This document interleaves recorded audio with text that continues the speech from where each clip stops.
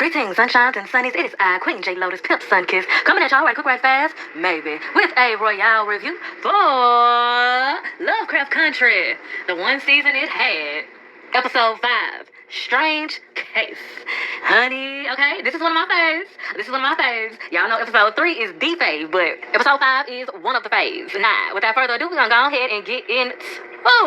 So we pick up in this episode with Ruby still at William's house, waking up from the night before, you know what I'm saying? They met in the club, had a one night stand, and I guess they had finally done made it to the bed. And child, Ruby wake up, but she don't like herself, honey. She don't like herself. She wakes up as, now I would imagine, watching this for the first time. Now, the first time I watched LoveCraft Country, the first episode I had seen was episode 8. So I had a different introduction to the show. So by the time I watched episode 5, I had already knew about the metamorphosizing of it all. But if I was to watch it straight through, like if my first episode had been episode 1 and I watched it straight through like that, like a lot of people, I like wonder what the thoughts initially were. Like, oh, okay, this white bitch again. You know, that's the white bitch from, I think, episode 2, and she had all them dogs and she was saying racist shit to Montrose and them. That's her, honey. That's the body that Ruby has found herself in. So, child, since I didn't get that experience to watch this episode fresh, like talking about, you know, my introduction to the show, when I let fresh, I came in at episode 8. Let me know what your first thoughts was when you first saw this scene, when you first opened up with this episode and you see this white lady laying in the bed, waking up like she losing her mind, and then she calling herself Ruby and carrying on. So, yeah. Ruby waking up. And, of course, she don't think nothing about Nathaniel. She got a hand up, trying to block out the sun, because the sun is shining straight through the window. And she kind of, like, glimpsed at her hand a little bit, and then she not, like, really thinking nothing of it. Probably thinking just, you know, the sun is distorting her view of what her hand is really looking like. So she wiped her eyes. She looked back at her hand. She's like, this ain't me, this ain't I, excuse me. So she jumped out of bed, and she's stumbling around. So I imagined that when they first start the metamorphosizing of it all and getting into the new body, they got to learn how to walk in the new body, like something else. So she's stumbling, make her way over to a mirror, look at herself, and she like, Ruby, wake up, wake up, wake up, wake up, wake up. Ruby? Girl. So I guess she think that this can't be real. She dreaming, honey. Am I dreaming? Am I just imagining I'm a white lady? Text. So she wanders her way on off into town. And she come upon this barbershop. He like, baby, what is you doing? Is you okay? Is you lost, honey? And she said, I am Ruby Baptiste. No, you ain't. So this other group of ladies come on up the street and they like looking at her. Everybody's looking at her crazy like, girl, is you okay? Because she out there in her nightingale and her hair is all over the place. And she is literally looking crazy, distraught, disheveled. Okay? Looking like something thrown away. And everybody just trying to figure out what the issue is. The ladies walk up on her trying to see what the problem is. She said, don't look at me. Don't look at me. Don't look at me. And then she ends up fleeing away and running into this little boy, bumping into him, like his popcorn all up out his bucket and everything, girl. There's a million things going on in the episode, and I'm mad about the boy's popcorn. I ain't gonna lie. Every time I see that scene, I'm like, damn, y'all just throwing this little popcorn. He was probably happy and excited to go get that popcorn, honey. Probably been thinking about that popcorn for days. Finally got it. And now he walking all out. This white lady bumping all into him, screaming, frantic, carrying on. Then he finna get assaulted by the police. Okay, so, yeah. When she bumped into him and knocked his popcorn out the way, he like, are you okay? Is everything good? Cops pulled Smooth up. Asking her, is she okay? Asking her what this little boy do to her. Asking him what he done had and slaying him on the car, slaying him on the ground, preparing to assault and brutalize him. Y'all already know what this is reminiscent of. I ain't even got to go too deep into it. But it, you know what I'm saying, would look like a Karen type situation. But Ruby is, of course, inside this white lady. And Ruby peeped game. And Ruby gathered herself and come on through like, no. He was just trying to help me. He ain't do nothing to me. He like, you okay? You okay? You sure? He didn't try to molest you or nothing. You don't have to protect this animal. Which is really wild, too, because remember I said that the white lady's body that she is in is a girl from episode 2. And some of the racist shit that she was saying to them concerned her, making them adjacent to animals. And so it's interesting now that she in this white lady's body, and these cops call themselves trying to help and protect her, and they tell her, you don't have to try to protect this animal. Just, you know, the mirroring of certain situations. And keep that in mind, too, because there's a lot of mirroring in this episode in particular. Okay? Okay. I'm gonna call it that. Anywho. So, she tell them no. He was trying to help me. Everything all good. Blah, blah, blah. Blah, blah, blah. So, they like, okay. They let everything be. Everybody standing around like, you seen that? Look at that lady. Show enough. Show you right. They get her in the car. Okay? Get her in the car. They said, go on, get in. We're gonna take you back to your home. And she looking confused like, what's going on? But she get on in the car. Okay? She don't fret. But she's still looking frantic, shocked, and a nigga named Paul. And inside the car, they start telling her that her husband has been worried about her. So apparently he sent for her and told them about her condition and that she just need her meds. So she started piping up and she's like, oh, no, you don't understand. That's not my husband. And she also starts to notice where they at. They pulling back up into the neighborhood where William, quote unquote, where William stayed and where he had her in. And she's like, oh, no, you don't understand. That's not my husband. He did something to me. He said, it's okay, ma'am. We know you just need your pills. So then she started retching. She started spasming, okay? And cutting the food on the back seat. They said, oh no, this must be the fits that her husband was talking about. Now, let me tell you a little something. It's an age-old oppression tactic to dismiss women's emotions by saying that they are mentally ill, that they have some type of mental illness. And this is honestly across the board. The responses are a little different, but the method to the madness remains the same. Whereas just from my vantage point, and you know what I'm saying, you can add to it if you have anything else to add to it, but from my vantage point, when it's black women being dismissed by their mental illnesses, or, you know, them saying, oh, ain't no wrong with her, she just crazy. Ain't no wrong with her. Or, you know, black women try to say that they depressed or somebody did something to them. They feeling trauma. They feeling passion. They feeling anger. Ain't nothing wrong with her. She just crazy. She just a drama queen. She just wants some attention. And so it's just usually an automatic dismissal and suppression, ostracization of it all. And I feel like Wendy Williams is a good example of that. When people decided that they didn't want her in a certain position no more. They didn't want to listen to her no more. They didn't want to take no more orders from her, deal with her no more. What they say is she crazy. Now, I'm pretty sure she had some mental things going on for everything that she was going through. But that don't mean that everything that she's saying, that don't mean that her feelings and experience and all of that has to automatically be dismissed because she got some mental things going on. That's not a valid reason to dismiss people, okay?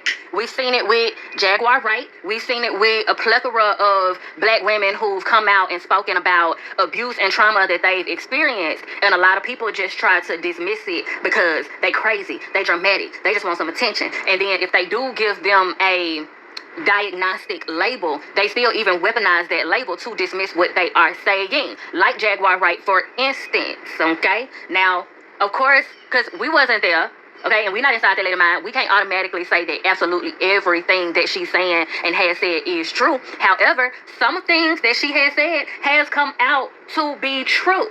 And it's not fair to just say, oh, she crazy, she's schizophrenic, she bipolar, whatever, so you can't listen to nothing that she's saying. No, because a lot of the time, traumatic experiences is what ends up triggering certain mental ailments. So what you're using to dismiss them is actually the explanation as to why they come off the way that they come off. Because circumstances have driven them crazy.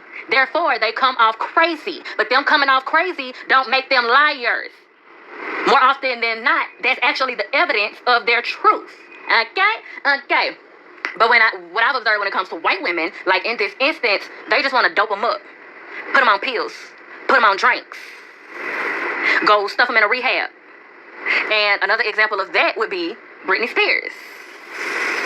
Yeah, no? And so again, when Britney Spears finally started talking, what a lot of people want to say, oh, she just need her meds. She just needs to go back to the conservatorship. She needs to go back to rehab. She just crazy. You can't listen to nothing that she's saying. But no, if you listen to what she's saying, the circumstances sound like circumstances that would drive somebody crazy, right? So again, what a lot of people try to use to weaponize against women when they're coming off a certain way, okay, to dismiss them and be like, oh, you're just crazy, that's actually the evidence of the truth to what they're saying a lot of the time. Okay, so yeah, all of that to say, it's an age-old oppression tactic to dismiss women, their voices, their stories, their feelings, by automatically saying they are crazy one way or another. They have a mental condition. They need psychiatric help. Failing to realize that, yeah, they need psychiatric help because what they're trying to tell you is more than likely true. Such as Ruby, as this white lady in the moment, is trying to tell them, that's not my husband. He did something to me. That's the truth. That's the truth. That is not her husband. And he did something to her. Which, this is, you can correct me if I'm wrong, but this is low-key high-key, what he's done is low-key high-key sexual assault. Now, he didn't drug her to get the draws, but he got the draws as a segue to drugging her one way or another. Now, it's a little magical potion or whatever, but a drug is a drug is a drug is a drug is a drug, okay? And that's low-key high-key sexual assault. He didn't get that lady consent to put that in her body, okay? He drugged her. Using sex, that is sexual assault. And they are dismissing what she is saying because he's already told them that she's crazy, that she has a condition, that she needs pills for. And it's very reminiscent not only of sexual assault cases, but also of domestic violence relationships. So it's a lot being said through this one particular situation in this show, okay? They are saying a whole lot. This is a very layered scene, as this whole show is, but I'm just pointing out to you the layers of it. This is very reminiscent of, in a lot of cases, domestic violence relationships where the woman has fled, and because the man has money and access and influence and fits the hierarchical social appropriate standing, he's able to get ahead of her escape and have her brought right back to him. And knowing that no matter what she says, she won't be listened to because he's already told everybody that she's crazy. She has fits. She just needs her pills. And now, they finally pull up back to William's house. He takes her up out the car, grabs her up, carries her in the house, and we can kind of see, they pan in on her hand, where you can see, like, the outlining of another hand, like, trying to claw through the skin. So that would ultimately be Ruby's hand trying to escape out of Hillary's body. That's the white lady's name, Hillary. So he takes her in the house, lays on the floor, tell her, stop fighting. You're just making it harder. You're causing it to take longer.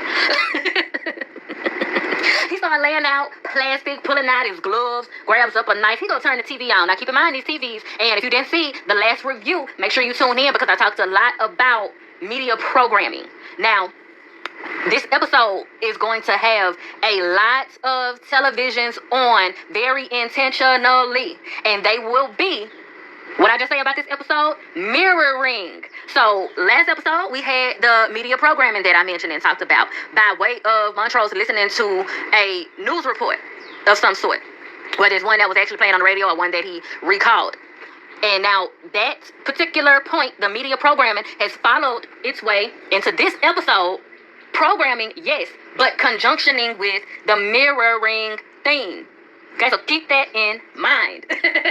Because what's on the television will also be mirroring what's going on in the scenes, one way or another. Programming, media programming, and mirroring. So keep that in mind, honey. We're going to come back to it. But turns up the volume on the TV because he like, we don't want to disturb the neighbors.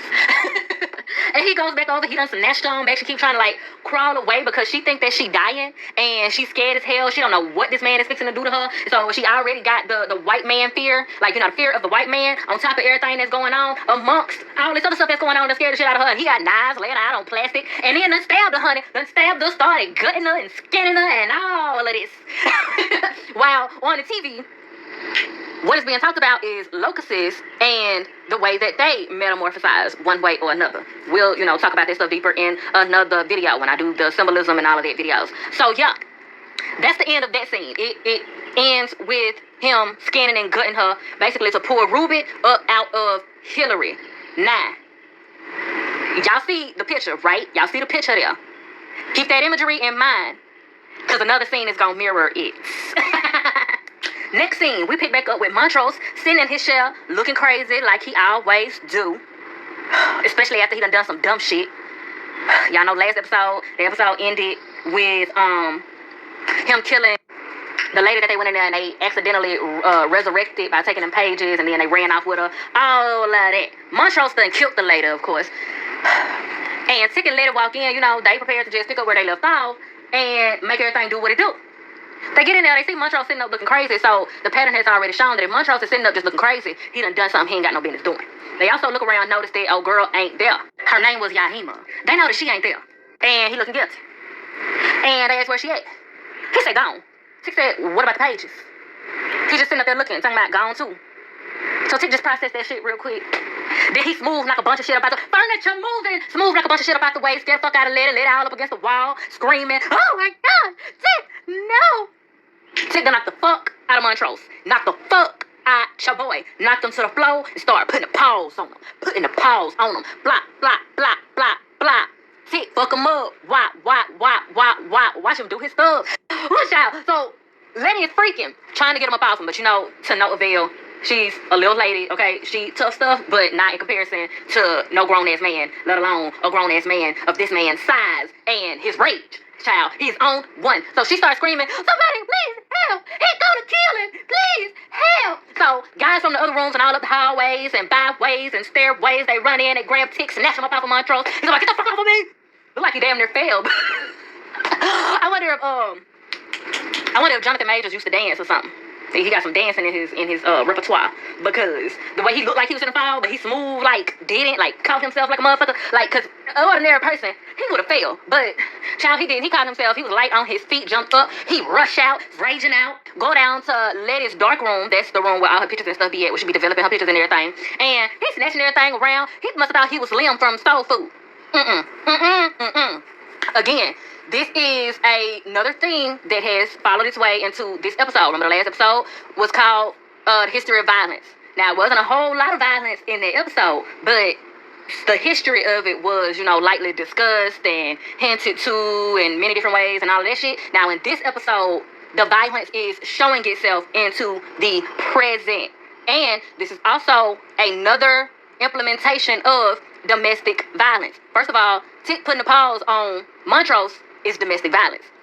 Okay? Now, him raging out and going downstairs and fucking up Letty's shit, that's also giving domestic violence and kind of showing that he, lacks control over himself and could potentially lose control towards Letty if not careful.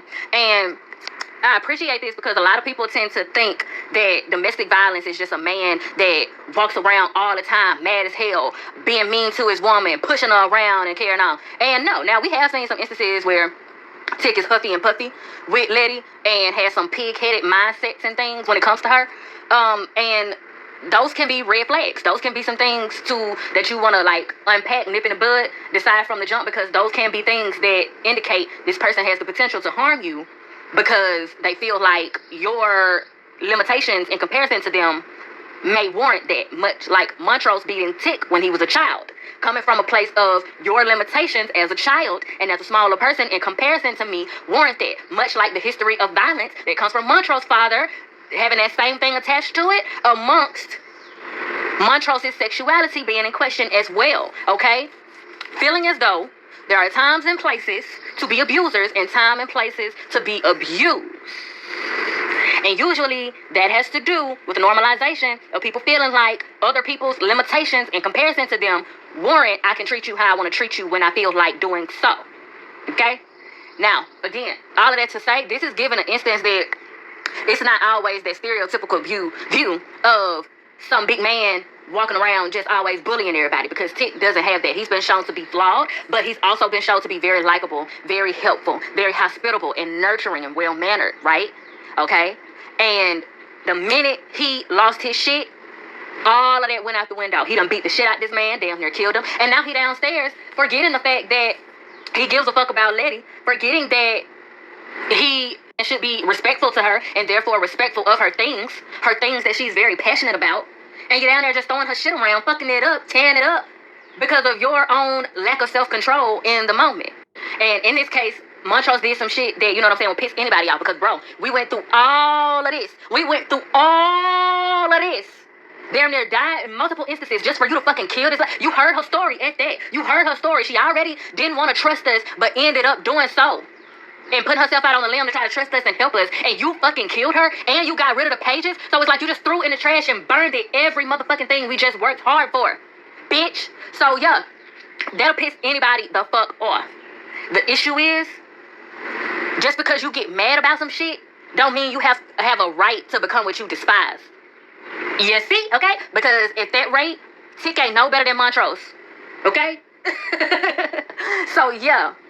That one instance threw all that good boy shit out the window, and Tick was ready to beat the fuck out of anybody in his way, and that could have included Letty. Now, the writers and directors didn't let it go there, but they let it get far enough for you to see and understand why Letty went downstairs with a bat in her hand. And we don't see it at first, but Letty goes down there, and she's telling him, Tick, I need you to calm down. I need you to calm down. And he's steady dismissing her, raging the fuck out. Like, if you took pictures of the pages, I need them right now. And he's screaming in her face, towering over her. Okay? And again, a lot of people think that in order to be abusive, you have to put hands on somebody. No. No. All this vandalism that he's doing to her stuff, raging around, screaming, jumping up in her face, towering over her, that's abusive. And it's letting her know that you have the potential to go all out and physically harm her. So therefore, she does not feel safe with you. You are abusing her love and compassion for you, and you are abusing her loyalty to you. You are abusing her limitations in comparison to you as a woman, period, and as a person that is much smaller and weaker than you. And all of that shit that you're doing, you don't have to put your hands on her to emphasize the inferiority that you're trying to emphasize to her. You're trying to scare her to get something out of her. And where would that go if Letty didn't make it clear to him that she had a bat in her hand? And nigga, you need to calm the fuck down because I'm finna knock your head off. I don't feel safe, nigga. I don't feel safe. I feel like I'm fixing to have to fight you. And I don't want to. And so you need to calm down. Okay? Because you see how Letty implemented her self-control? Because the way he was down there fucking up her shit and didn't give a damn about her being in that space when he started throwing everything around to get to Montrose. He threw a chair in her direction, a table and shit in her direction. He could have hurt her. Like, he could have seriously harmed her and didn't give no fuck about it because he lacked self-control and his emotions were more important in the moment. But see how Letty didn't have that same energy? She had much more self-control about herself and was able to remember that she cared about that nigga and don't want to bring herself to have to harm him, but she will to defend herself. Okay? Because he damn near harmed her in multiple instances and now he down here fucking up her shit. And a person with less self-control and less love for herself and him and less respect for herself and him would immediately went down there and started turning him every which way but loose with their bat. Okay? So all that to say, let's stop thinking so simple and narrow-minded about domestic violence situations. Domestic violence often happens, usually happens. People who are domestically violent are usually people who do not know how to control and process their emotions. So if you neglect your emotions and suppress your emotions and don't take the time out to learn how to process them non-violently, you make yourself more susceptible to being domestically violent. Because when you feel such rage, emotion, passion to a extreme level and you don't know how to process it, you don't know how to just separate yourself from it, you don't know how to control yourself, you may end up seeking that control mindlessly or mindfully by trying to physically control someone else's body or someone else's property by physically harming them or physically harming their physicality, their materials, which then have a pipeline effect on their mentality, making them fear you so that you can control them and control the circumstances. Seeking external validation of control. And that type shit can sneak up on you. That's why when people come out saying their experiences of abuse or domestic violence, they say somebody put the paws on them or whatever, what have you, you can't always just go by, oh, well, he wasn't like that with me. Oh, well, he just always seemed to have it together. Tick seems to have it together too, right? Like I said, he's been shown to be very even-tempered, well-mannered, respectful, and all of that, right? And people can do that. People can perform self-control. It's called suppression. People do it all the time when they go to work. People do it all the time when they go to school. People do it all the time whenever they have to be around people that they don't feel safe being imperfect around. Or they feel like they have to be strong for the other people that are around them, right? So it takes certain instances, certain situations where that suppression bubble snaps and they just rage the fuck out, much like Tick did in this instance. And so that's what tells the story. That's what implements that. What we saw of Tick leading up to this moment is that he suppresses a lot. Much like he's been trying to ignore and tiptoe around his daddy all this time. In this moment, that shit hit the fan and he lost it. And he felt, of course, enraged at his daddy. It's safe to do this to his daddy because of how, vulnerable and defenseless and defeated his daddy has already, kind of proven himself to be in this moment and the way that he was posturing himself in the moment. You can see in the picture right there, Montrose looked defeated. He looked beat by his own damn self. And also, Tick has become very comfortable and feeling safe with Letty. So, not only did the rage cause him to come out of himself, but this also shows that he got a little too comfortable when it came to Letty, and it allowed him to take her love and her attachment to him for weakness, for complacency. Okay? And we're going to also, in another video, talk about the symbolism of that bat. Okay? Okay, but in this moment, we know that Letty was prepared to knock some heads up against the wall if she had to. And to be clear, too, pointing out these, like, instances of domestic violence symbolisms and all of that is just to bring self-awareness. It's not to demonize Tick. It's not to demonize anybody. It's just bringing to light that the same way people have to stop thinking that they could never be a victim of domestic violence, it's also not safe and wise to go through life thinking that you can never be a deliverer of domestic violence. Because like I said, if you go through life suppressing your emotions like a mug, you run the risk of committing acts of domestic violence because you put yourself in ticking time bomb territory. Because when you ignore your emotions and suppress your emotions, you don't allow yourself to recognize what your triggers are. So then you never know when that top could just pop off.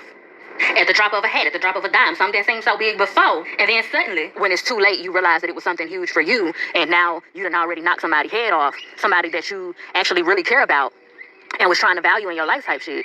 And now that person is afraid of you and trying to get away from you, and you can't understand why. Because you see, within this scene and within this show too, leading up to this point, Tick was demonizing his daddy. He essentially was carrying a lot of vitriol and grudge type energy towards his daddy and kind of self-righteous energy as well, feeling like he could never be like Montrose. He could never be an abuser like Montrose. He would never do anything like that. But he just found himself in a position where, like I said, he became what he despised in that moment. And even though he didn't beat Letty, the acts that he did in the process were still abusive to her. And if she didn't have that bat in her hand and he didn't become aware of it, he probably would have ended up physically assaulting her. He probably would have been grabbing her up, shaking her, pushing her up against the wall, choking her out or something, trying to get them pictures out of her. You see? So yeah, that was a wake-up call in a lot of different ways. And we'll unpack that when we get to their next scene. Now we pick up with William and Ruby. So this scene opens with Ruby once again laying in the bed. Okay, I guess she resting and rejuvenating for all that she done been through. William walks in, look like he just got up out the shower. He starts to dress himself, and in the midst of him dressing himself, he goes through this soliloquy about butterflies and their lives and how caterpillars live a full lifespan before they cocoon and reemerge as butterflies, essentially, okay? Metamorphosis. And he said he wanted to apply that same concept to humans. And he met Hiram, a disgraced doctor, scientist, if you will, who wanted to understand the universe beyond his own grasp. And so he created magical doorways. Howsoever, you could say that science and magic run one and the same, okay? I told y'all, because a lot of shit meets in the middle. You can't just separate science from magic. You can't just separate biology from spirit. Because humans are multidimensional, so whatever we create, more than likely, has multi-dimensions. William started reciting this chant, this spell, and he's doing so in the language of Adam. As he does so, these butterflies spawn out of thin air, okay?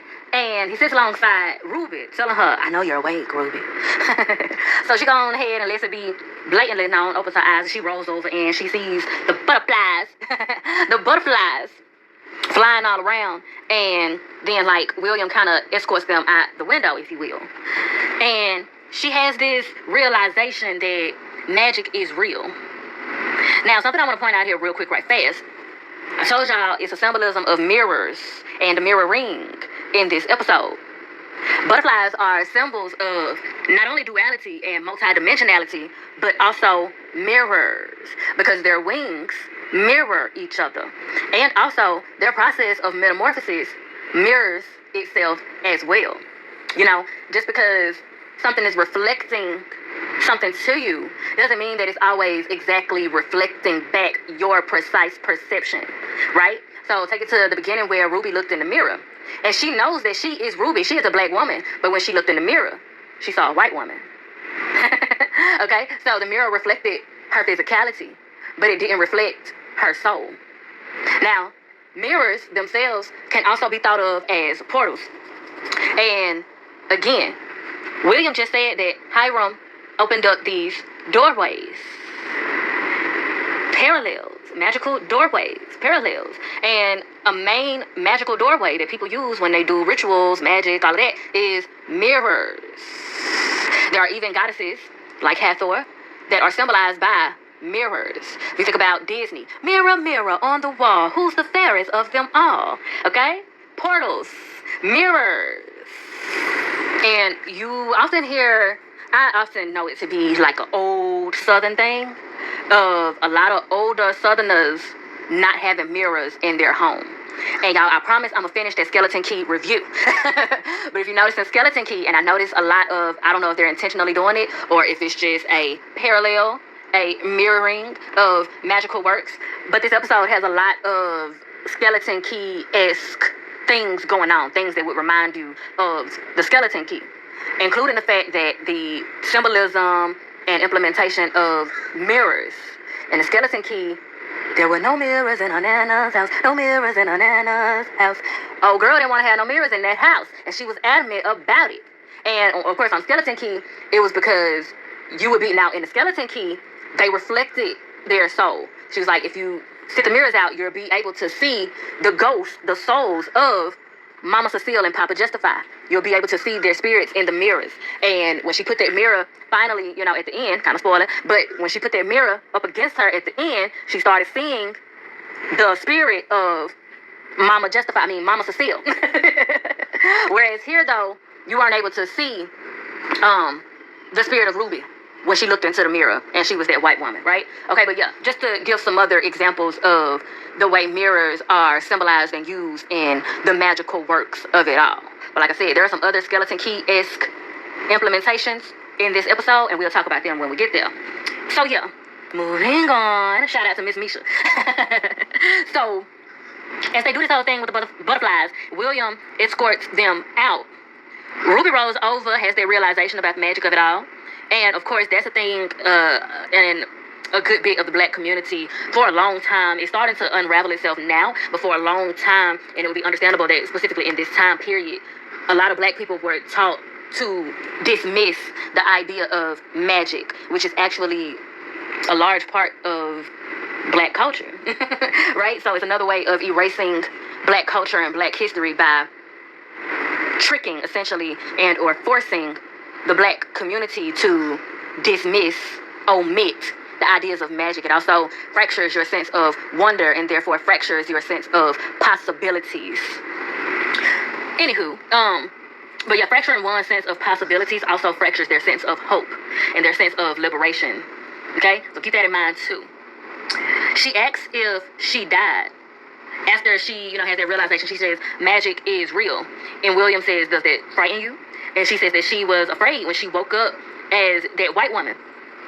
But her fear, her expression of fear and emotion this time, by the time she wandered out in the street and everybody was looking at her and gathering around her, instead of them being afraid of her, they were afraid for her.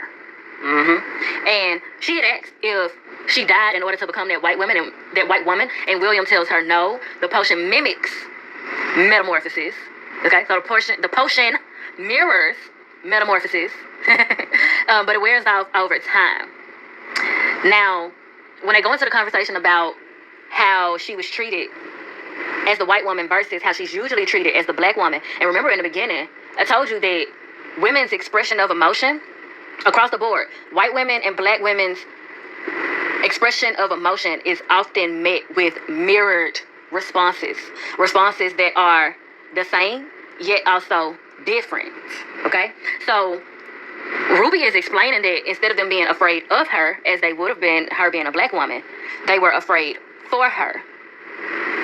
And William says, so they treated you like a human being. They had empathy for her. Now, mind you, the black people, yes, I feel like expressed more genuine empathy towards her. White fragility, okay? However, like I said before, when she came in contact with the cops, they handled her with tenderness. But it was simply a mirrored experience of dismissal. It was dismissal.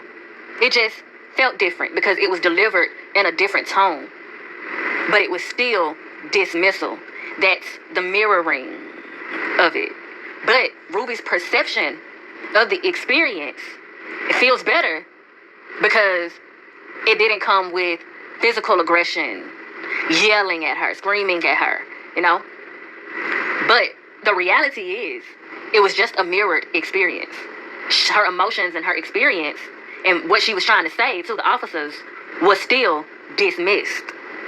And we'll revisit that towards the end as well. when Ruby has a conversation with Christina. So yeah, and he starts to tell her, because she was like, you know, the undoing of the spell of it all. And he tells her transformation is pain. And she rebuttals like, no, that was not pain. That was something else. That was like being unmade. Okay. A mirroring perspective of what pain is, also, and what pain feels like. Because Ruby being a black woman, the type of pain that she's experienced, you know, she may have, I don't want to say a higher tolerance, but just more so a certain set of ideas of what pain is versus this type of agonizing sensation that she was unfamiliar with. Therefore, it could be pain. From William's perspective, it's pain. But to her, it's something else. She don't know what to call it. So yeah, just wanted to make sure I'm pointing out the mirroring implements going on here. Okay, so yeah. And he tells her, though, that whatever it is, honey, it'll be easier next time. She said it won't be a next time. He deflects, like the white man he is, and says he got some business to take care of. So he'll be heading out. She said, am I free to go? He says, you're free to do whatever you please. And he leaves money and the potion on the dresser. And I gotta point out the prostitutional aspects of that. I'm just gonna point it out right now. We're gonna stick a pin in it.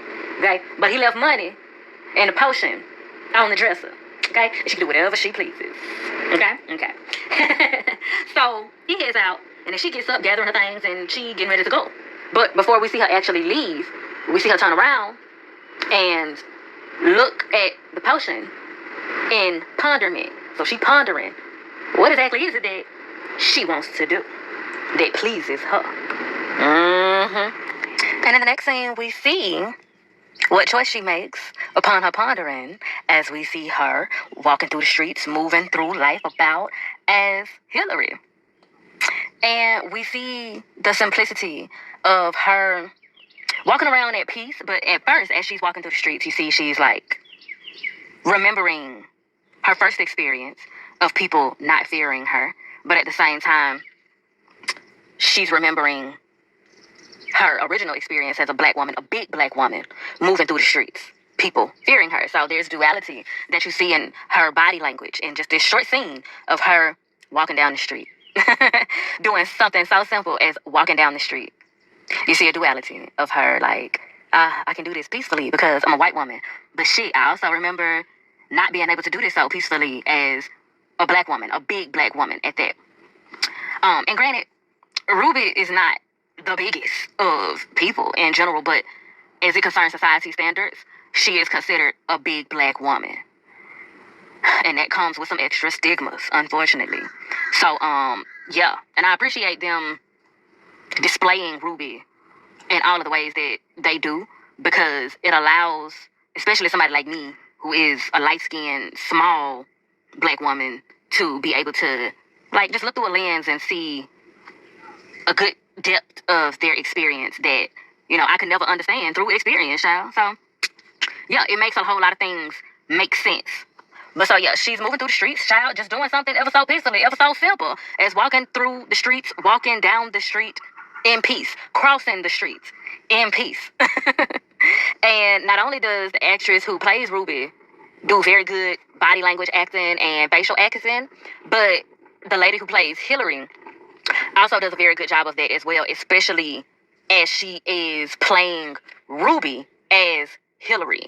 This is also showing her range as an actress as fuck, because she's not only, you know, moving as a white woman, but having to remember and implement and display the mannerisms of the black woman that her character's spirit is supposed to be.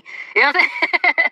Crazy, bro, crazy. All of these actors had a load on their hands, but specifically Ruby, the lady that is Hillary in real life, the lady that plays Ruby and the lady that plays Hillary in real life, as well as the man who plays William and the lady who plays Christina. Because you having to act as a character who is acting their way through life one way or another, you know? And that shit is amazing to me.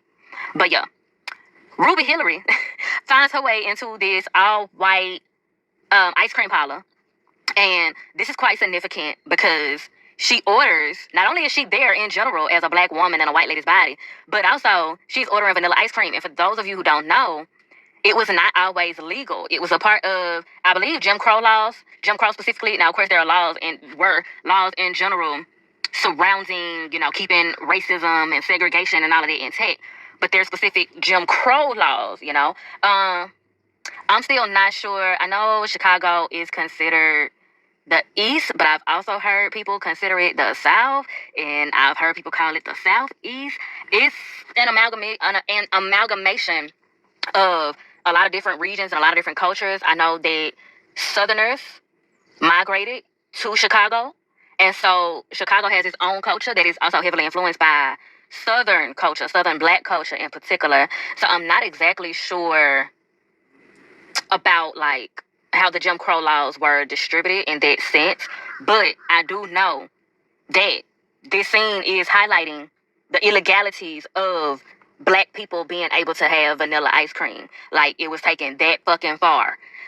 Racism was that fucking serious. In certain ways, it's still that serious, just showing up in different ways systematically. But back then, it was that serious on the surface to where black people could not order vanilla ice cream. Hence, a lot of older black people's attachment to butter pecan ice cream, because it was like the closest thing they could get to it, like one of the only different things that they could have outside of chocolate, shit like that. So yeah.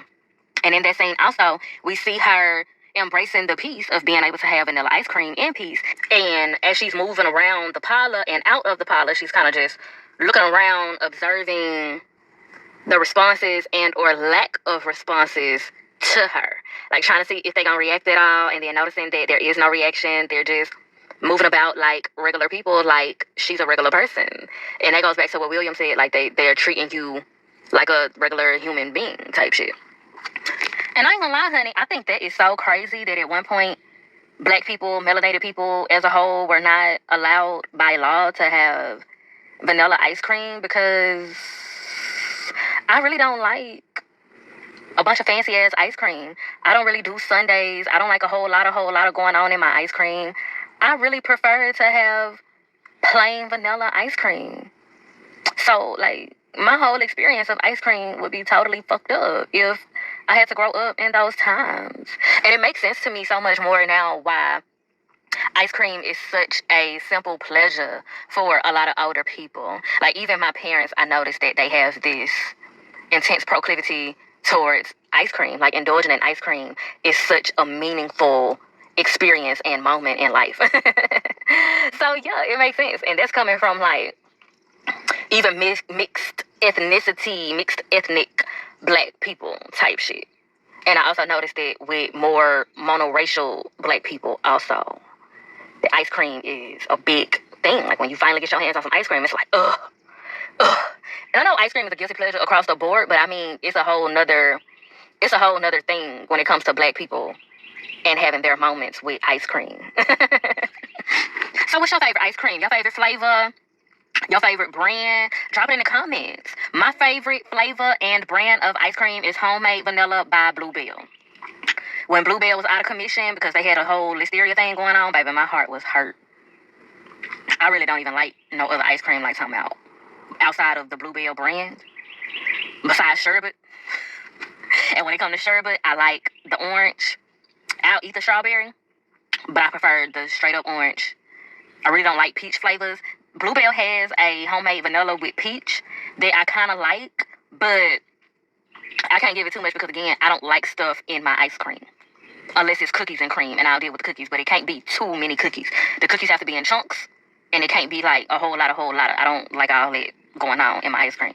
So yeah, you let me know. What's your favorite flavor, your favorite brand? Drop it in the comments. And child, where would you be if you had all these stipulations surrounding what type of ice cream you can and can't have by law? Tisk. Now let it moves about, child lady. Ruby moves about at the ice cream parlor, and she just, you know what I'm saying, going about her day, just doing what she do as she do. And we follow her to sitting on a bench in the middle of town, just reading a newspaper in peace, not being bothered, not being ostracized or at risk for being attacked or nothing. And this is also her moving about as a white woman that doesn't even fit the highest of standards of white people, you know? Because Christina has more of the aesthetic that is Anglo-Saxon, top-tier white, blonde hair, blue eyes, you know? Yes, there is colorism and featureism amongst white people as well, but it tends to show up as it concerns sometimes like the pigmentation of skin. You know, white women, they do their tanning thing, and there are some lighter and darker shades of white. It's a different type of melanin, not the same melanin that black people have, but it's just a different type of melanin in the way that it's distributed and how their complexion shows up, right? And that's also why the costuming and the casting and the makeup is done in certain ways for William and Christina, because they are intentionally displaying them as the top tier, socially acceptable as it concerns phenotype white people. Porcelain, white, blonde hair, platinum, bleach blonde, you know, blue eyes. They look like they just stepped out of an igloo. You know what I'm saying? But Ruby is walking around as a dark-haired. And I think Shorty's eyes are, they told a line between blue-green. Sometimes they look blue, and sometimes they look like a very, very light, like sea type of green type shit. And she doesn't have the most symmetrical features, if you will. So, again, this is like a very layered display that we're getting here.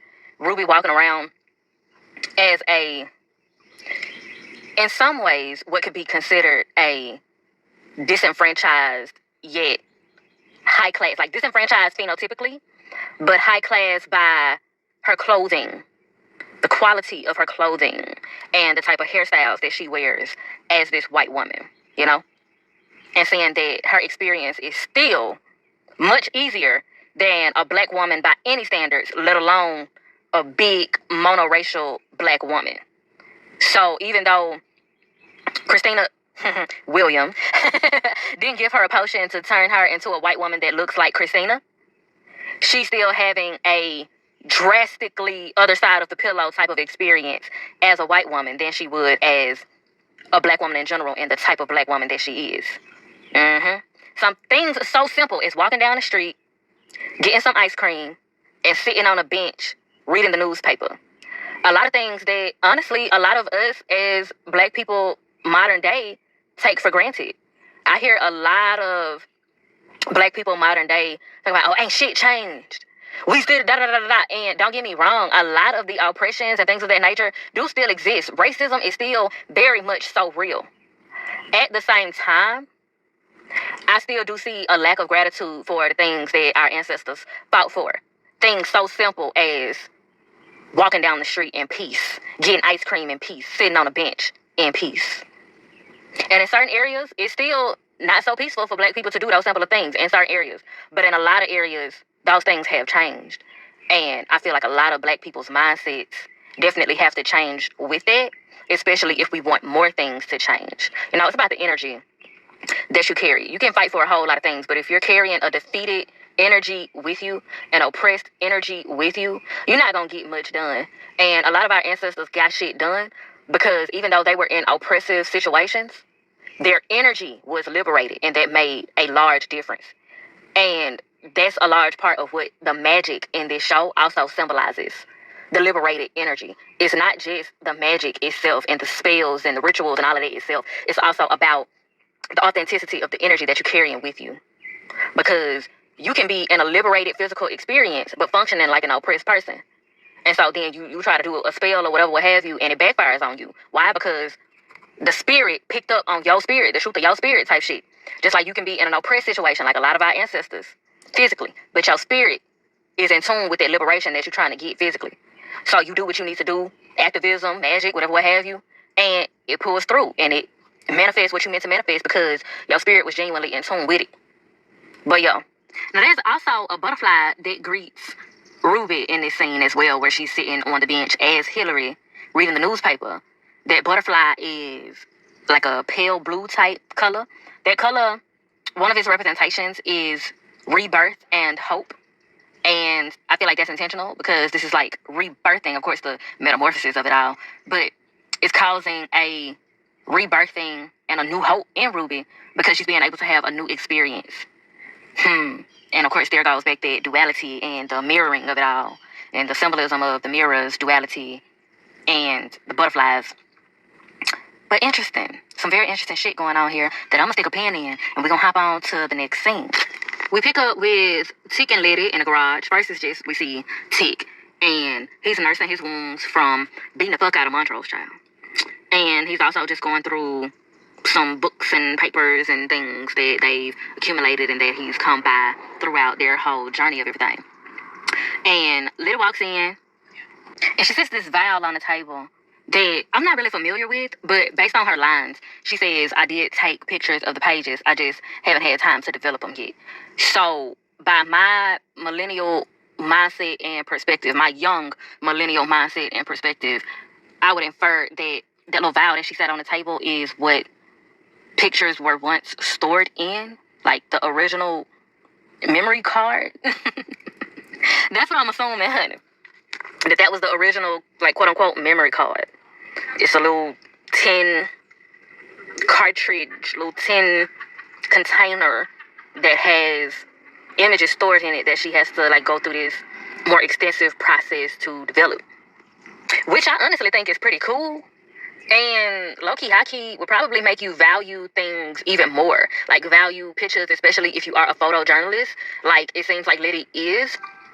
It will make you value your content even more because you have more of a physicality, and that is a part of the process of taking them, developing them, and seeing the finishing product and storing them and all of that shit.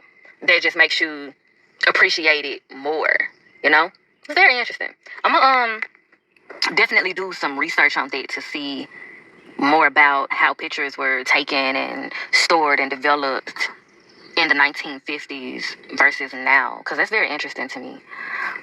But yeah, she tells him that, and you know, this is her giving him what he wants and what they need in a more calmer state type shit.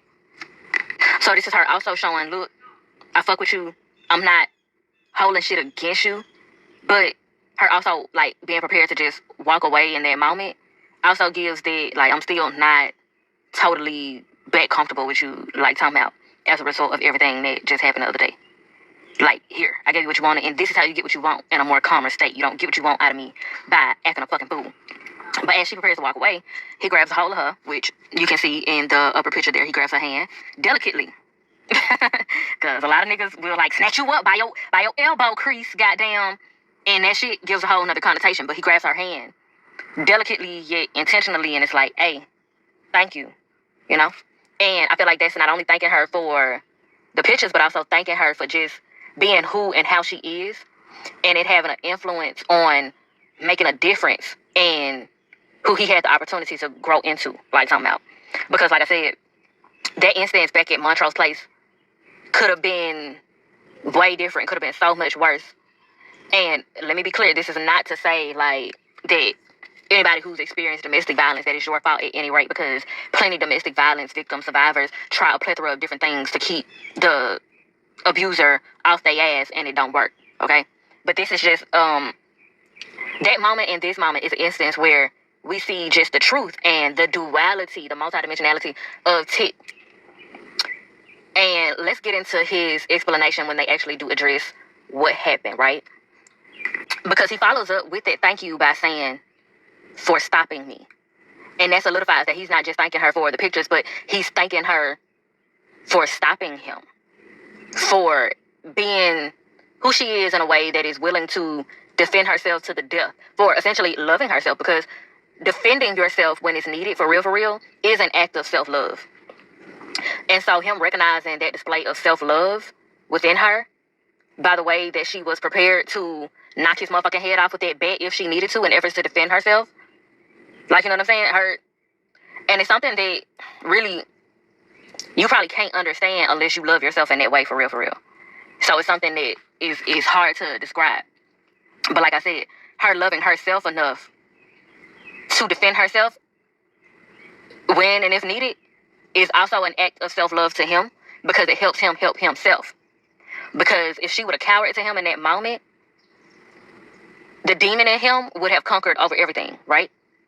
And this scene shows him recognizing it, shows him not only recognizing it, but acknowledging it and acknowledging it to her. And so he's saying thank you to her, like, thank you for loving yourself in a way where you were willing to knock my ass the fuck out, knock that demon out of me in order to stand up for what you believe in and love yourself. And that's also, like, he recognized that that's also love for him because she wants him to be better, because she knows that he is better than it.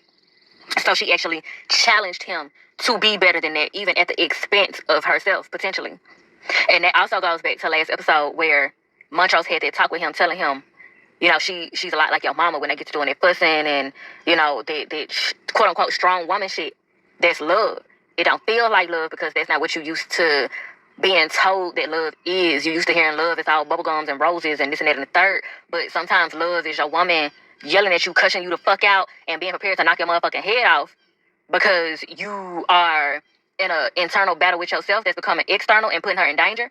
And so she got to love herself in order to show you how much she loves you for real, to give you an example on what it's like and the benefits to love your motherfucking self enough to not destroy yourself by becoming a monster. And again, that shit is only gonna hit what I said, what it is, and how I said it. It's only gonna hit if you want a space that's prepared to take that shit in for real and make good use of it for your own benefit. Okay? So, yeah, I'm not finna battle with your demons. For those of y'all that fuck around and not get it, yeah, I know how them social media streets be. Even on YouTube. And she goes on to ask him, after he thanks her for stopping him, she asks him, would you have killed him if I wasn't there? She genuinely believes that he was gonna kill him. Like, she genuinely was picking up on the energy and the display, like, he's gonna kill this man. Because there's one thing, I feel like a lot of us have it normalized to see physical violence as a result of being pissed off at what somebody else did or said. So I think her reaction in this conversation says a lot. Whereas the character specifically is asking him, would you have killed him? Because a lot of us don't think of that. And I know a lot of us in my generation and Generation Z and things of that nature, we don't think of that. We just think like, okay, we fought, blah, blah, blah, 1 through 1, move forward. It is what it is. You got your ass beat or you won, and we going forth. Like, you know, like the violence is very normalized in a way that you just bounce back and keep going. But something about the character picked up on an energy like you was gonna kill him. Like you had it in you to kill him. That wasn't just you fighting, putting a pause on him right quick, right fast to move forward. You was like, in your mind, you could have killed him. The way you was raging out, you could have killed him. You could have harmed me. You was on some other shit. Like I said, versus with like the generation that I come from and how normalized violence as a response to things that you don't like is. A lot of people would be like, oh, it ain't that serious. That nigga, he was asking for it. He shouldn't have did that shit. He took them through some shit, da-da-da-da, and then like made it worthless. So he got his ass beat. That's just what it is. And would have just, you know, not even had that conversation. So one that's very interesting to me, given the time period, and it's very interesting in general. Because, child, I swear I see so much like, oh, well, they did this, so beat their ass. So revenge don't have no expiration date, da-da-da-da. And I personally feel like that's childish and counterproductive.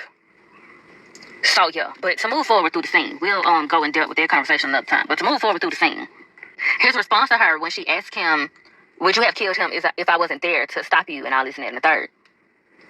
He says, you know, basically in so many words, he don't know because he's fantasized it so much as a result of Montrose beating him.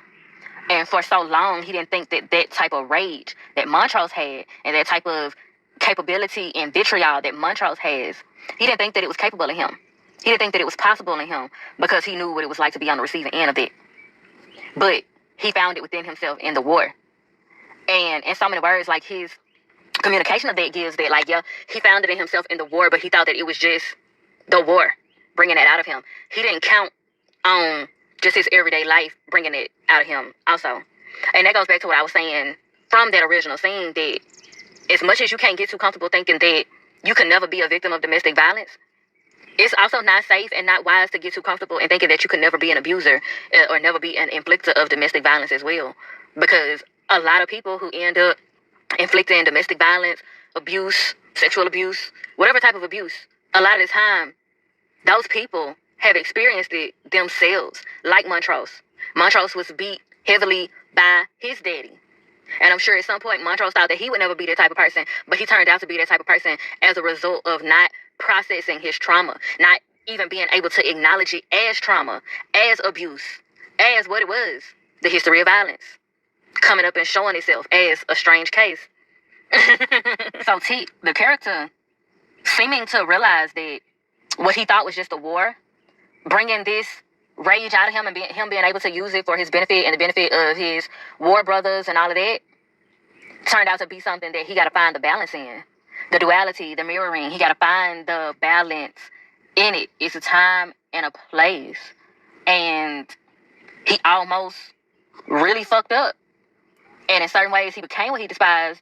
And in certain ways, he almost became even more of what he despised. But him being able to recognize his higher self through Letty allowed him to not go that far and allowed him to have a wake-up call type of experience where he's like, damn, I thought I could never be that person that my father is or was. I thought I could never make people feel about me the way my father made me feel about him.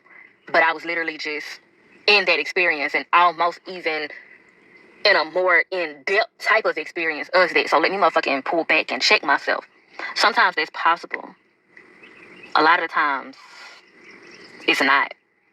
Because abuse is so normalized that a lot of people get conditioned to enabling abusers to a point where they're not able to recognize those situations that are supposed to be wake-up calls. So, yeah. Letty responds to his expression by saying, like, saying that part of you scares me. And so even though we see the strength in her being willing and able and ready to defend herself in the moment, she expresses in this moment, and we can also see it in that moment if you have that emotional intelligence, okay? But she expresses verbally in this moment that saying that part of him scares her. And that's also what influenced her reaction in that original moment to have that bet, like, look, I don't want to, but you scare me, and if I have to defend myself, I will. And his response to her is, please don't be scared of me. And that's such a layered line, because black men in general there's a conditioning in the society to fear black men, especially big black men, like thick, tall, statuesque, good posture, muscular, civil rights fine, as they say, to fear that. And there are black men who try to take the power back through that phenomena by being like, fuck it, everybody fear me. Because they themselves fear the circumstance in society. They fear what could come with it, so they want to make everybody fear them, especially those that are limited in comparison to them. But then there are others who want to counteract that, and they really don't want to be that stereotype.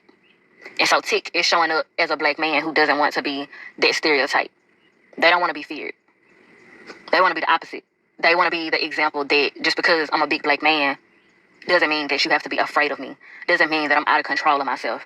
Doesn't mean that I beat and all of this other gruesome shit to women or people in general. And we get that declaration of Tick through this moment, which I feel is beautiful. Because in real life circumstances, it's beautiful, period. But also, as it concerns this character and the story at hand and all of this shit, Tick recognizes that people would fear him as a big black man and as a big black man that has been to war. And them automatically assuming that he's going to come back with PTSD. And they probably didn't call it that during that time. They called it shell shock and some more shit. But them automatically assuming he's a big black man, he already scared, he done been to war, he going to come back even scarier type shit. So he know that the world fears him one way or another. He don't want his woman to also fear him. He don't want other people that he cares about to also fear him. So that shows us his values. And I think that's beautiful. I think that's a beautiful way to display a character as flawed, yet divine, all at the same time. Now, from this moment, they get into the hanky-panky of it all. Now, I'm not a big fan of sex scenes. I'm just not. I'm not a big fan of sex scenes that display sexual assault in movies and shows and all of that.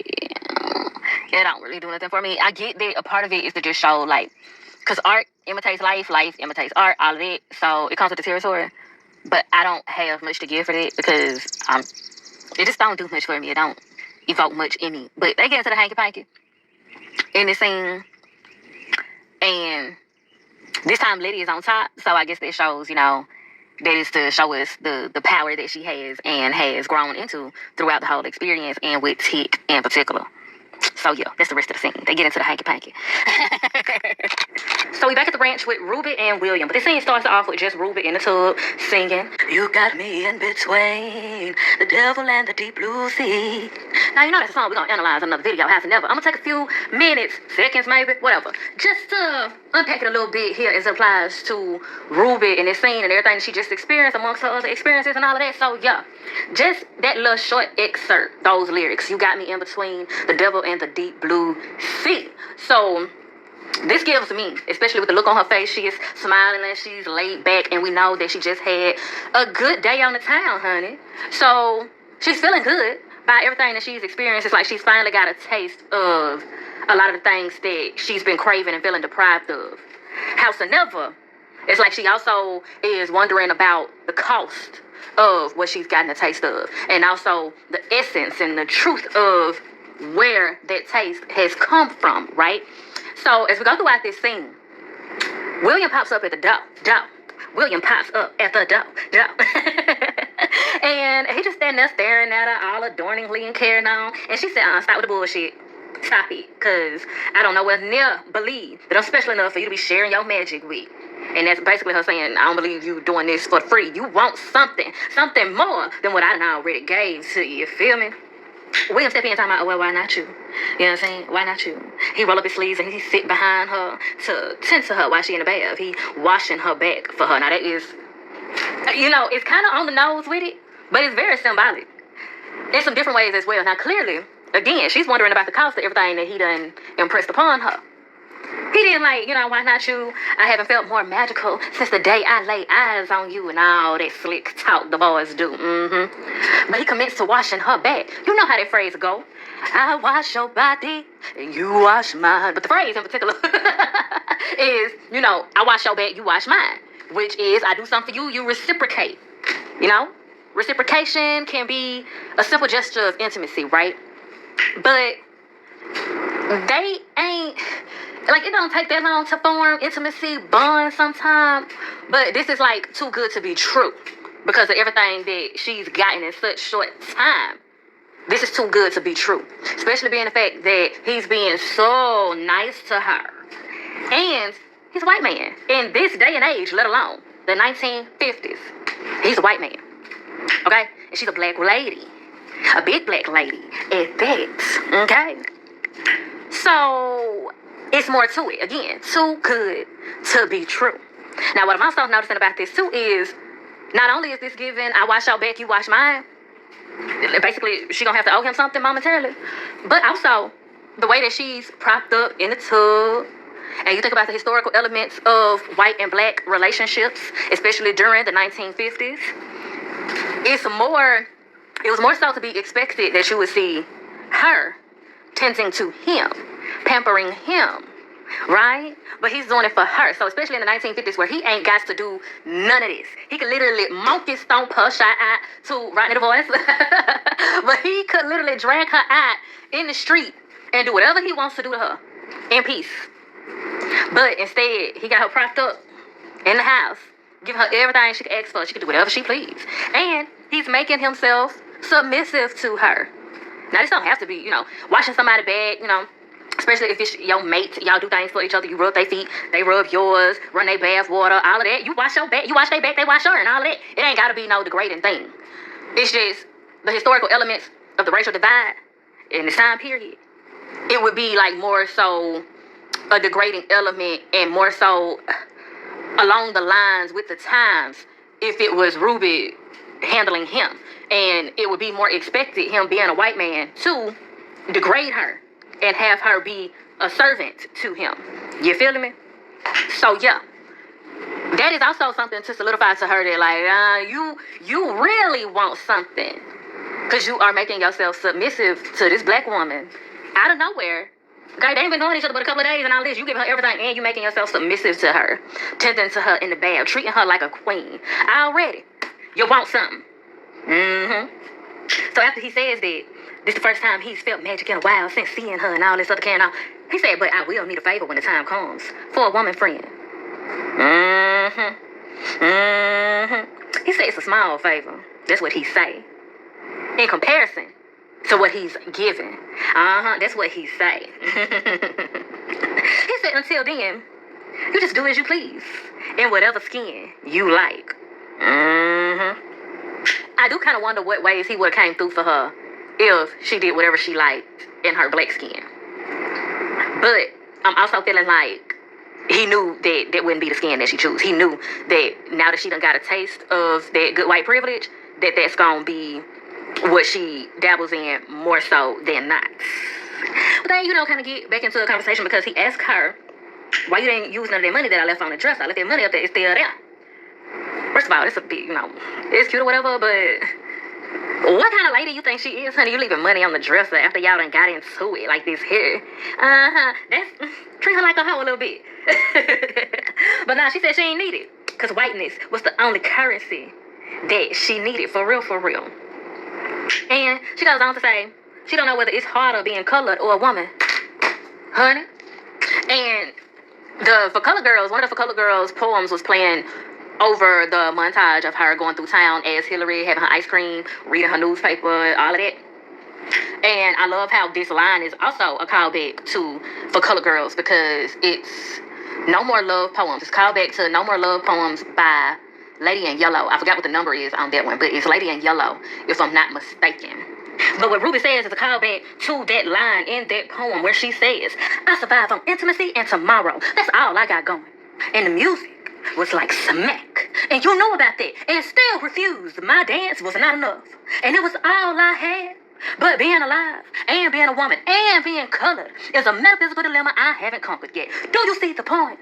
My spirit is too ancient to understand the separation of soul and gender. My love is too delicate to have thrown back on my face. And yes, God, I went on through to the end. But do you see the point? Being alive and being a woman and being colored is a metaphysical dilemma that she has not conquered yet. Okay? And she is tired of being interrupted. Now, honey, all of that just entails the struggles of, one, true enough, she's been able to experience white privilege. But she also know, and she probably, even though they didn't show it, got to experience still some of the same sexism. Probably not to the illest of disrespect in certain ways as she would as a black woman, but there's probably some sexism that she still experienced as a white lady. That would also make sense as to why it came up specifically in this conversation for her to say she don't know which is harder, being a woman or being colored, So that is extensively deep and interesting. But she says, again, most days she's proud to be both. Boy, that's some conflict for your ass, ain't it? But I really love this because it's a brilliant way to communicate Ruby's inner conflict. And it's going to make a hell of a lot of sense, too, the way that she carries on throughout these next couple of scenes, just in particular. But she says most days she's proud to be both, but the world constantly interrupts, and she is tired of being interrupted. So William asks, who is she? Uninterrupted. So then we get a flash to the next scene. Money. All I really need is money. I don't really need the I need money. All a bad bitch needs is money. Hey, I got bags in the coop. Jumping out the roof. Hey. We get over to back at the store. And she decides to apply and interview again. This time, as opposed to the first time. And honey, I hope I'm remembering that correctly. But if I'm not mistaken, when she went and applied as Ruby, I can't quite remember right now if it was the actual scene or if it was just something that she said. But if I'm remembering correctly, first time she applied and interviewed for this job, and they saw her resume and everything, they came out like, oh, you overqualified. We don't need nobody that is that qualified and so well decorated. But this time, he is amazed with her resume. And he's talking about he wouldn't be surprised if she was up in there trying to take his job. So, yeah, make you wonder, was you scared to have a smart, strong black woman right now that was threatening to you? And not only is featureism and your potential attraction and fetishization of Tamra playing a part in you hiring her, but also because you felt like she was stupid. But just hold that thought. So he gets to asking, who is she? Who is Hillary Davenport? And she gets to telling this story about, where she from and how she grew up and how her mama would take her to the stores, the good, nice stores. And this feeling, this uplifting feeling that they got from the employees ran through there. She always dreamed of being on the other side of that counter to transfer that type of energy to other people. But in the middle of her so elegantly communicating this, he pop out, so how do you feel about Negroes? And she basically like, look, it ain't no problem as long as, she's qualified and capable and all this and that and the third. It's cool. No issue. And he go on to say, well, a couple of people quit when we hired old girl. But don't be alarmed. Ain't no race crusaders or Nathaniel. It's all good. Just, something we want to do a little housekeeping on. So, yeah, how about I go ahead and give you a tour of the store? New manager. So, yeah, he gave her a manager position. How cute. I mean, it makes sense. It's just also, Anywho, I ain't even gotta say it. But she like, hold up, I gotta go to the restroom first because we can kind of see that your girl is starting to unravel. So she runs off, but she dropped the little container of the potion. And he picked it up like, hey, you dropped your perfume. But she don't hear anything. She started running, gets to the elevator. As soon as she get in the elevator, honey, she just starts to become undone. I like the way they portrayed it too. Is it was like she kind of morphed into some zombie type shit. Unfortunate. Now the next scene is all hanky panky. Okay, it's all hanky panky between Montrose and Sammy. Again, I'm not a big fan of sex scenes in general, but I also don't like when same-sex sex scenes are handled in a typical manner. Now, I have mixed feelings about this sex scene because there is a lot being communicated. Even though I feel like it's typical and stereotypical to have the men roughly embracing each other in such a way, howsoever, it's communicating more than that. And that's why I give it grace at the same time. I just can't stand when the sex look like it hurt. I don't like when the sex look like it hurt. Again, I don't care for sex scenes one way or another. But if you're going to have a sex scene, I do, like, it makes it better for me for there to be things being communicated and for there to be a method to the madness. That's one thing that I also like about P. Valley's sex scenes. It's not just sex. It's not as if it's just there to be fetishized for the director or whatever. There are things being communicated through the sex. And so I appreciate that, again, about the sex scene with Tick and Letty, and also the sex scene here. Now, there's some things about Tick and Letty's sex scene that I didn't unpack, and it's because I want to unpack it through this one as well. But Montrose walks in, he's clearly beaten, distraught and disheveled, and Sammy is like, so was it the old phase or the niggas this time? Basically, was it the white folks or was it the black folks this time? So this also sets up a confirmation of consistency of Montrose getting his ass beat. Polar tink tink, honey. Polar tink tink. But I imagine that he usually goes to Sammy for comfort in other ways. But of course, this also confirms to us the true nature of him and Sammy's relationship, and that Montrose is gay. And I don't know if he's bisexual because he was married to a woman. Like, is he bisexual, or was he just doing that because he felt like that is what was expected of him? But he's gay. He like men. And he seems to have a very deep relationship with Sammy. That's what this sex scene really communicates. Now, on one hand, there are no words said outside of what Sammy says as soon as Montrose comes through the door. Howsoever, the roughness in the way that this sex scene starts off, because Montrose comes in, he just starts undoing his pants. So Sammy follows his lead. He snatches up Sammy, you know what I'm saying, does the bending. And they get into the throes of it all. They get into this very rough and aggressive embrace, okay? And again, it made me like, do it hurt? But, because that's just the way that it was, the physicality of it is portrayed. However, there's a similar body language that is going on that parallels the first sex scene that Tick and Letty had, the very first sex scene that they had when they were at Letty's party, right after Tree had done told Tick that they used to roll in a sack in high school, which was a lie. I bring that up to say, this is showing how a lot of men, and black men in particular, because this is who we're talking about, use sex as a way to unload their anger and trauma onto their sexual partner. using their partner as a sexual punching bag of sorts, consensually, of course, but using them as a trauma dumping ground, sexually type shit. And that's also like a remnant of the history of violence in a way. There's a, time and place for it. Okay? It's a kink, but at the same time, there can be something quite unhealthy about that as well. You get into talking about soul ties and the energy transfer of it all and what you leave behind and all of that. Okay. However, too, what this also shows is, again, them feeling like they have a safe place. Tick and Letty and Montrose and Sammy. Montrose here, it seems as though he also took such a manhandling, quote unquote, took such a rough approach in the act as well, as a way of taking back and asserting his manhood. As a result and response of how his manhood has been abused and dismissed and damaged and all of that, as a result of people suspecting him to be gay and knowing that he is gay. Tick also, I feel like, was taken back and asserting his manhood on Letty, the first sex scene that they had, but just in a different way and kind of with a different intent, like a different experience of him feeling like his manhood has been challenged and all of that. Constantly feeling like, first of all, well, I'll tap into that when we get into the next episode.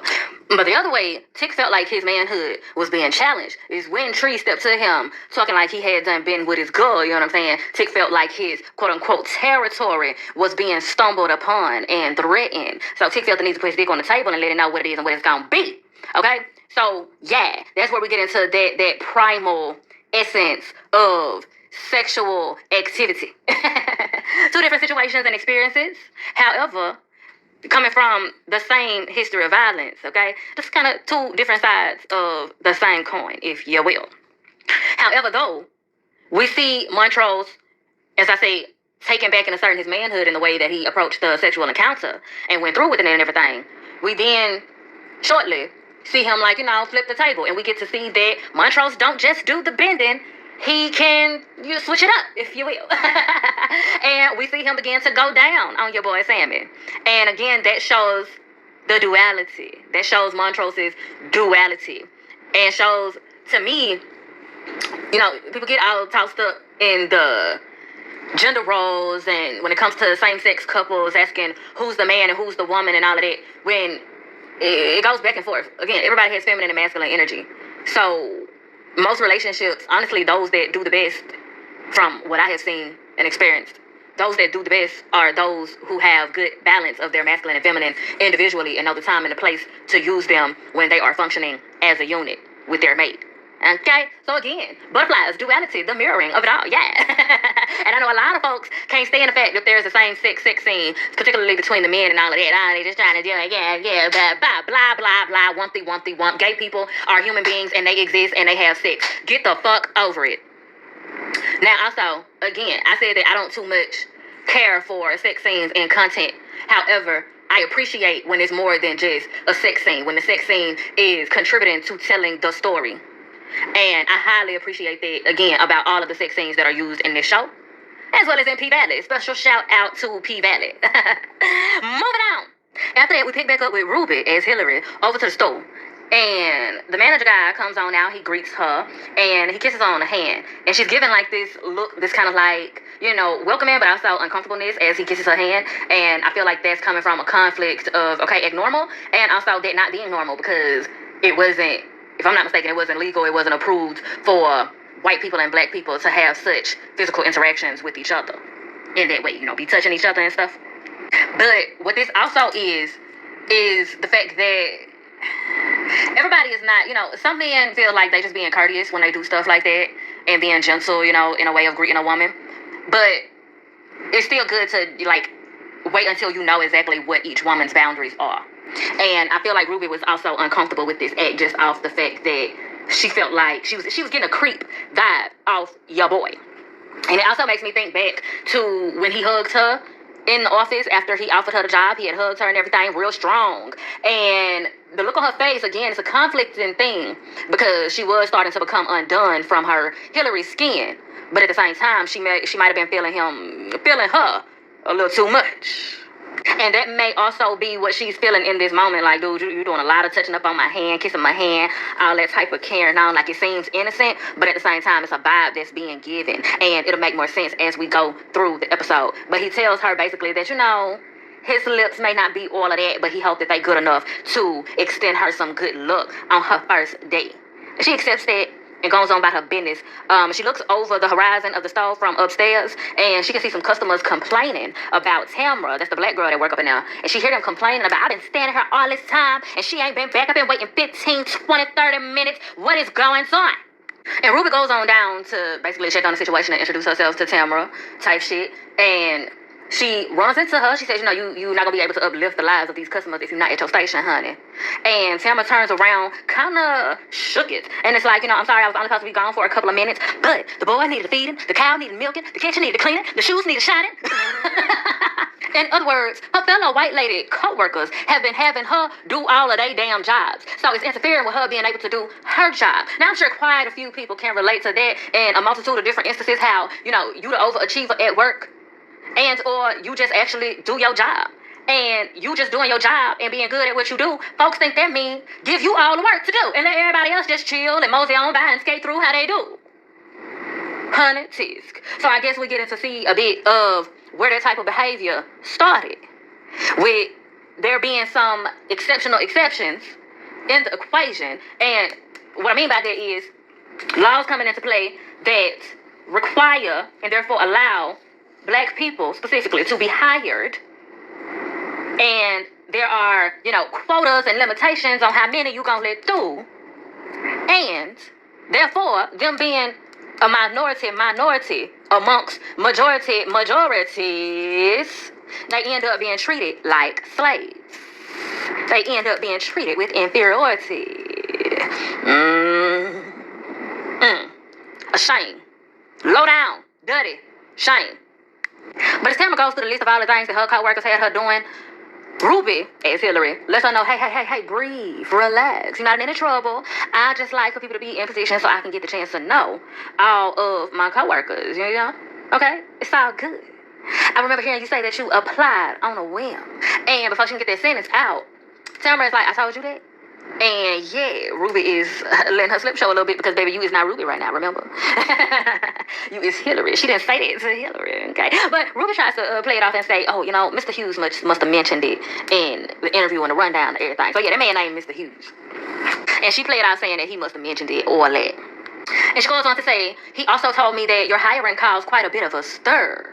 And Tamara's looking like, yeah. And she said, well, I hope you're still feeling a good part of the Marshall Fields family. Child, the name of this store is Marshall Fields. And I feel like throughout the reviews, I've been calling it all types of everything that it is not. Please, excuse and pardon me. But the name of this store is Marshall Fields. Who's child? And Tamara saying, yes, I am, ma'am. I am feeling quite fine and a part of the Marshall Fields family. In this moment, I think that Ruby is both forgetting and being reminded that she is not a black lady just interacting with another black lady on the usual. Because when Ruby first had a conversation with Tamara as herself, Tamara was much more bubbly, comfortable, easygoing, and all that. However, Tamara speaking to Ruby as Hillary is much more uptight, tense. She look scared. She look distrusting. See? Little sort of things. So Ruby tries to kind of passively reassure her, like, just remember, no matter what anybody says, they can't take your educational achievements away from you. Now, I can't tell if Ruby was also using that to probe, or if it was just simply her trying to reassure her and, like, calm her down type shit. Let her know, you don't have to fear me. You don't have to feel no type of way when you in my presence. We good. But Tamara's response ends up being offended. Like, she gets offended by the response. Because, again, Hillary, white lady, and what Tamara says is, I hardly think a 7th grade education is astounding. So it comes off like shade. It comes off like you was given a underhanded non-compliment, But this also throws Ruby off. And she said, wait, you didn't finish the 7th grade? And she follows up saying, so you must have took some extra accounting courses down at the Frederick Douglass Center. And again, this comes off like shade too. Because Tamara said she didn't even know that that was a thing. And again, all of these statements hit different coming from a white lady. There's a lack of trust there and a reasonable fear there. Tisk. And to be clear, it's not so much of a fear of the white lady itself, but fear of what could happen to her if she responds to this white lady. How would be reasonable if this white lady is in her face trying to play her, coming for her and all that. And that was definitely a thing. No, a lot of it still goes on in certain instances, but this was definitely highly a thing back in the day. And I'm sure Tamara experiences that a lot at work, working with all them white ladies that's probably constantly in her face, trying her, giving shady ass, underhanded remarks and compliments and tee-hee-hee-hee at her. Po Tamara, honey. Po Tamara. But Chad Child, she said she didn't even know nothing about that. Now, this shows a class divide. This shows a class divide, and we'll get into that a little more in another scene. But quite a few other scenes, honestly, when it comes to Ruby and just her character as a whole. But Ruby came from a class of life where she was exposed to education, further education, places where you can be furtherly educated. And the neighborhood and all of that they stayed in, it may not have been the best of the best, but it wasn't the worst of the worst either. So it seems like, and also by the story that Ruby gave, it seemed like they came from a middle class type of living. The type of living that would have a lot of white people looking at them like, oh, they must be drug dealers. Y'all must have stole that car. Yeah, okay. And not to mention, Woody is a nice car. And that's thick folks, but still, they all grew up in the same neighborhood, in the same areas, ran around the same neck of the woods. Okay? So we're seeing a class divide here. Tamara is coming from a background that was likely much more impoverished, much more not privileged. You know, she was totally, I don't want to use the word ignorant, but ignorant means uninformed. So came from a more ignorant walk of life where they didn't know or have access to all of these different places where they could be educated and help further their education and their access to different, better walks of life. So Tamara getting this job, like this reveal here lets you know further that Tamara getting this job was really like a strike of luck, kind of.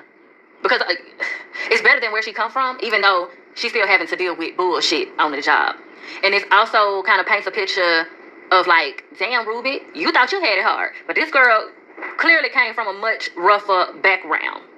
And even though the racism is hell on both of them, it's still like, damn, Ruby, And then goes forth, even instead of Ruby having that type of response, Ruby has a response of feeling offended. That, oh, bitch, you got this job and I didn't. What the fuck? You ain't even educated, child? You look ashy.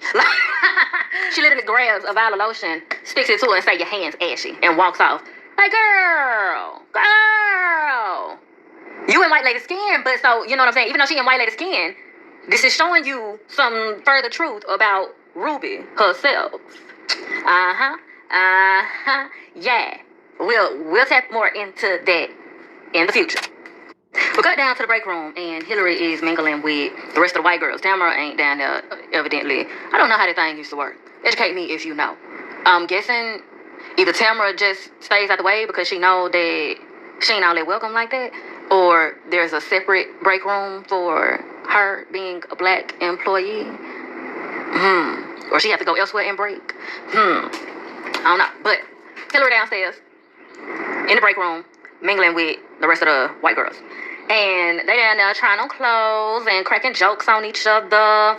One girl tell the other one she looked like Marilyn Monroe and how to marry a millionaire.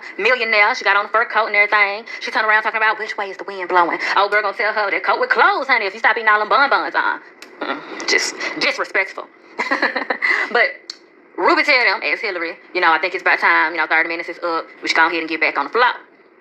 I don't think Ruby is really enjoying herself dilly-dallying with them like talking about. But they said, okay, girl, you the boss, we can do that. Or you can try on these pumps and live a fucking little, okay? Get that stick out your ass. And Ruby obliges, sits on down, puts the pumps on, and she goes forth to ask them, hey, y'all, has Mr. Hughes ever gotten a little fresh with y'all? As in flirtatious, handsy, all that type stuff, like what I was talking about a little earlier. Me, myself, what I was talking about a little earlier when he was kissing on her hand and hooking up on her all strong and all that. So it kind of gets silent. Everybody look at each other, and she like, no, yeah, of course not. Like that's like how the reactions are. No, of course not. That's what you mean. And one girl is downplaying the accusation based off how Paul talks and often carries himself, always talking about his wife and 2 kids and all that. And then one of the other girls gets to talking about her dad, always say, oh, the life of a working girl is living in paranoia. I wonder why. I wonder why the life of a working girl is living in paranoia. But just hold that thought.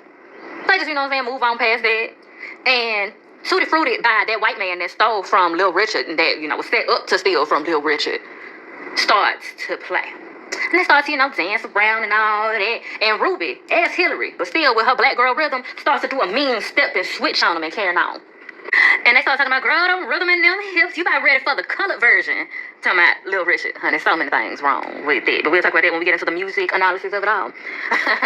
But, one of them other girls started talking about, oh, can I just say what we've all been thinking? I hope it won't be any more cameras coming through the door. Okay, so we're a little racist, huh?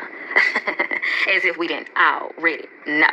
But honestly, I feel like the dark-haired slim girl is like straight up racist. And the other two is just products of the environment. It's just implications that's being implied, okay? Anywho, if you ain't a part of the solution, you're a part of the goddamn problem, and that's a fact. But moving on. So Ruby responds to that comment by saying, well, as long as they're more qualified than her, I'll be fine with it. And the girl responds, well, of course she unqualified. She's a Negro. And the blonde girl check her like, Barb, girl, what is this? Okay, big racist. And Ruby's back is turned, but we can see her face enough to see that she is perturbed by that comment. And I just also want to say, well, Ruby, this is your keen reminder that no matter how uneducated she is and how educated you are, y'all get the same racism. So, ass off your shoulders. And that's something that a lot of black people need to understand, to be honest, when it comes to a multitude of things surrounding racism. Up here trying to argue and tug and pull over who's going to get the most acceptance from the white people when the truth of the matter is, a racist motherfucker is not going to accept you, period. It don't matter. But that's also a remnant from slavery as well, and I'll be very glad when we all take the shackles off our feet so we can dance. But the big white girl kind of, you know, derailed the conversation, and she was like, well, Hillary, you was interacting with her earlier. You seem, you know, comfortable with her. And she responds, I was just giving her some work advice. Ruby. Okay, girl. And the other girl, I think they said her name was Marge, but the blonde white girl, she was like, you think she'll take us to a bar on the south side?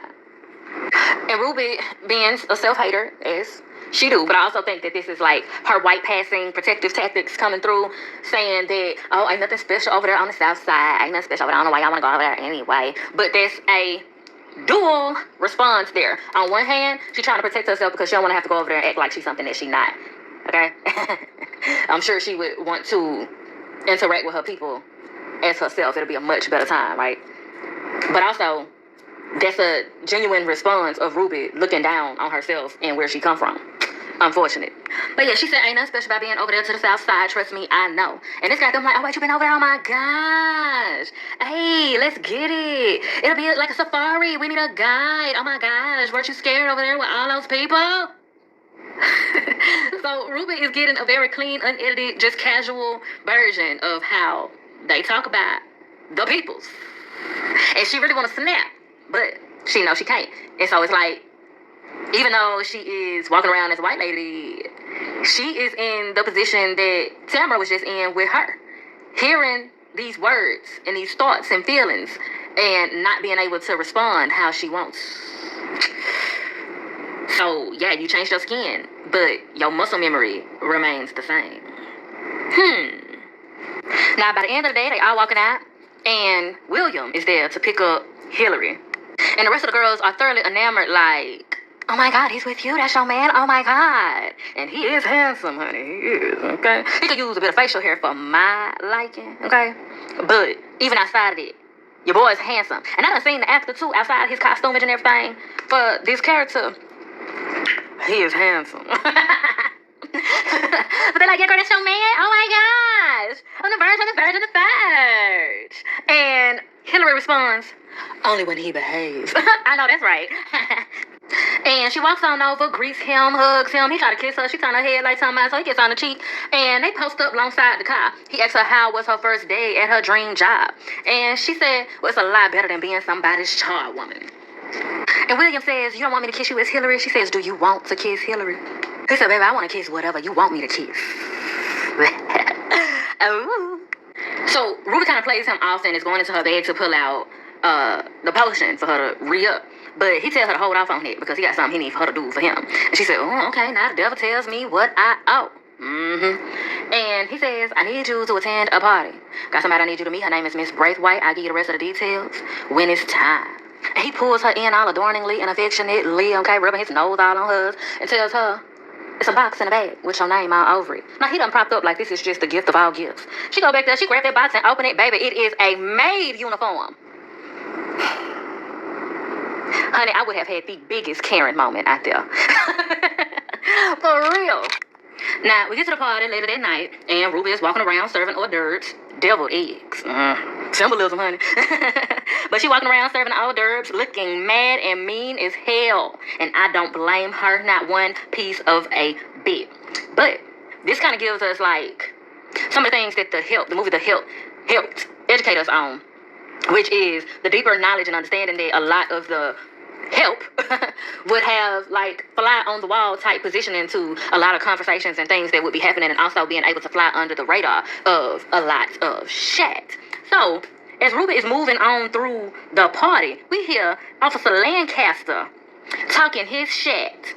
And we hear him saying some things that I don't totally understand. It's hard to put together if he's talking about the expedition that Ticknam had, or if he's talking about the expeditions of before that time. But it's a conversation about Titus's pages, people up north, having lost a lot. But he's talking about, I believe he's talking about Hiram. So I'm just honestly going to read what he said, okay? And it starts off with him saying, they were up north, correct? Right. You could view the captain's accomplishments as a way to immortality. We suffered a major loss in that Artem incident, but initiation must remain exclusive. Perhaps he's recovered Horatio's stolen pages. It was a unanimous decision by the members that I take the reins of our social club. What of the rumors of defection following Hiram's death? Mr. Lowe was suddenly unexpected. There were some that abandoned us. But look around. It's only made our brotherhood stronger. So, keywords there. Artem incident, up north, Horatio's pages, Hiram, brotherhood, and Captain Lancaster being voted to head the social club. Also the fact that they had done lost some members. Now, we're going to keep that in mind as we go forward, even though we have some clues on what all of that is gearing towards. I feel like it's ambiguous intentionally. I also feel like Ruby is a goddamn fool to not be taking this information in as she is moving through the room. She's up here mad as hell. And again, I understand why. And I love that dirty look that she gave Officer Lancaster, because he deserved every piece of it and some more. Now, she walks on out to the back, slams the door, yells out, where the fuck is this bitch? Talking about Christina. Christina is in, like, the next part of the room, hears her, knocks on the window, letting her know, this bitch is here. This bitch is over here. Now, Ruby walks on in and it's like, baby, you is late. You were supposed to be here an hour ago. And Christina responds, William does like a demanding woman. Girl, shut up and say what you want. And so Ruby said, girl, what you want? What you need? Tell me why I'm here. She said, baby, I just need you to hide this right here in the captain's office. She said, hold up. William ain't say nothing about no cops. Y'all motherfuckers is trying to get me killed. I know you fucking lying. And Christina grabbed her. She said, baby, Ruby, honey, do you care about him at all beyond the opportunity that he is providing you? William is the rightful heir to this lodge. The captain tried to kill him to take his seat, shot him in the back, and dumped his body in the river like a piece of trash. Lancaster believes that he succeeded, but William survived with my help. And with yours, he'll have his revenge. Honey. And I feel like that rundown gives, kind of fills in some of the blanks to what they were just talking about on the outside. About, okay, so I think what happened in Artem, them losing some members and all of that, and him talking about he was voted to take over as lead of the social club and all of that, it's filling in the blanks to that, because what happened in Artem is probably the killing of William. But I'm going to hold that thought until we get to the end of this episode. We pick back up with Tick and Letty down there in the dark room. Chick done fell asleep amongst all the notes that they got going on. He's having this dream about running up out the tower when it's burning, and then his great-great-great-great-grandma turning around and saying something to him that he can't decipher and put together. And she's also holding that good book. And Tick's body starts to set on fire, and then he wakes up heavily breathing out of his mind. And Letty's like, "Is you okay, baby? Have some chicken, baby." No. But he asked how long he been asleep. And Letty says, "Not long, I let you sleep. You know, you been going non-stop, baby. Get your rest." And she kissed him on the forehead. All that. They started looking up over the notes. She started talking about this look like little orphan Annie's puzzles. And she said, you know, I guess it's a little more complicated than that. But let's see. Let's start with what's in the arsenal. They're looking at the ring. And it's initials on it in the language of Adam. And the initials seem to make out Tick's initials. Atticus, Samson, Freeman. So then they go to looking at the rest of the papers, and they see more symbols and things on them that say that the symbol is one of the symbols, the same symbol that is on the little amulet-looking thing that Christina gave for Ruby to put in the drawer, and that is a symbol of protection. So that stands out to them specifically, too, because they are trying to put together a protection ritual. And they're going through the many different places where this symbol shows up, and they pointed out it's similar to Chinese hieroglyphics, and that throws them for a loop because at first they like, okay, bet this, you know, perfectly, we figured out how to translate it to English. But then looking at the fact that some of the stuff is very similar to Chinese hieroglyphics, they like, damn, now we step back. Now we don't know what this is, even though that still don't have to make too much of a difference. But we're going to hold it right there. And they get frustrated. They're like, damn, this would have been so much easy had we still had Yahima. But I understand why Montrose let her go, because if we had kept her, we would have been no much better than Titus. And Tick is looking like, you know, he's trying to cloak what he know actually went on, and Letty goes off. She like, you know, I'll make her some coffee. And Tick can't hold it no more. He say, Letty, baby, he ain't just let Yahima go. And so non-verbally, they come to the conclusion. It says in on Letty what actually happened. And she like, oh no. Titus's pages ain't the only thing he got rid of. Oh my gosh, no. This is the devil's tools. It's not evil. And Tick said, look, baby, calm down. He probably just thought that he was protecting me, okay? And Letty's like, no, like, this is not good. We trying to set up a protection ritual, too. What's going to be our idea of protection if we get to doing all of this? Like, I don't know. We just got to stop, honey. We just got to stop. It's corrupting all of us. And Tick said, baby, honey, it is not inherently evil. It's what we do with it that makes a difference. And that's facts. At the same time, I understand Letty's apprehension, because similar to how people get to want to do love rituals and all of that, if your understanding of a particular word is not what it actually is, and you get to doing rituals for that, you know, ain't no telling what you're bringing to fruition. So, for instance, Montrose's idea of protecting Tick was to kill Yahima, which was fucked up and also bullshit. It didn't do anything that he thought that it would do and that he intended to do for real, okay? And think about, too, the crafts. They did a love ritual on their little boy, and what happened as a result of that? And that has to do with their understanding of what love and admiration is. Their young understanding of love and admiration was obsession and force. And it came with a whole bunch of other craziness because they had an underdeveloped, false, toxic understanding of what love is. Montrose had a wayward, false, toxic understanding of what protection is. Just like he used to beat Tick ass like a mug to protect him, huh? See, you see what I'm saying? So they both are... They both have points.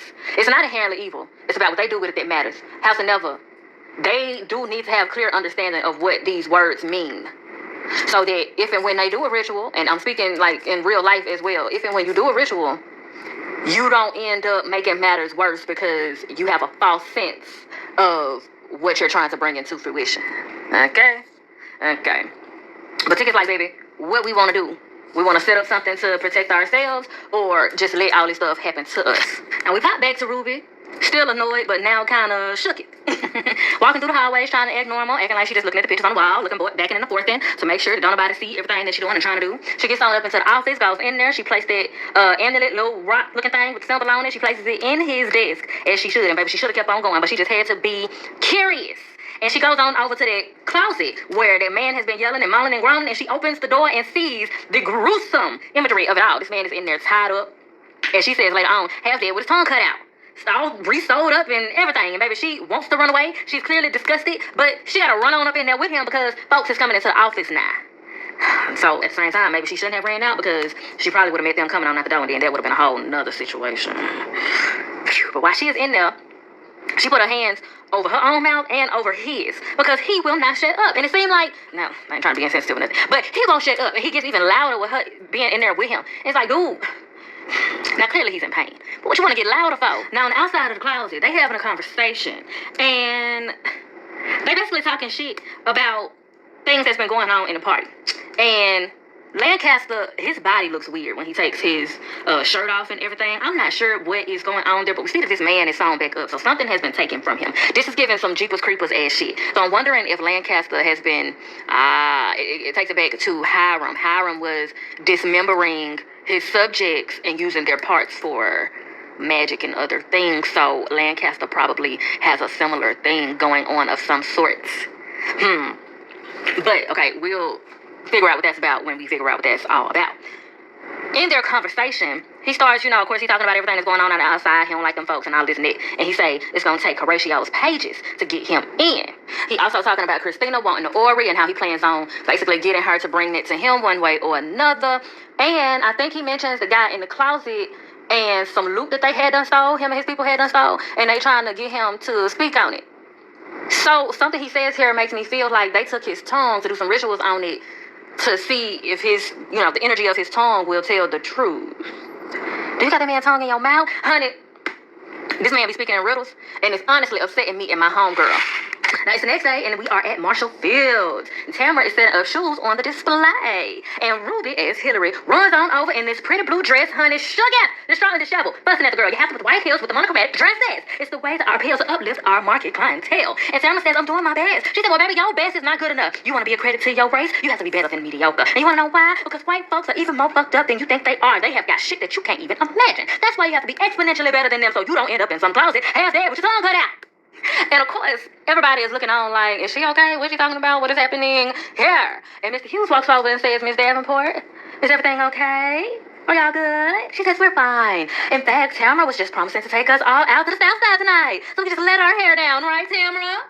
And then we had a real version. Wop, babaloo, baba, wop, bamboo. So you would think that we is over to the club that Tamara gonna take them to. But no. We is over at Sammy's club. Where he done took Montrose to and he put some makeup on them. Trying to get them looking better for the night. And we down there with his crew. And they, you know what I'm saying, mingling and carrying on. They say, baby, do your man talk? Have y'all even kissed yet? Are y'all official? When's the wedding? And Sammy tells them, honey, if y'all had some roosters cock-a-doodle-doodling in your own damn coop, you wouldn't be worried about mine. Now, mother beckons. Bok, bok, bitches. I'm here for it.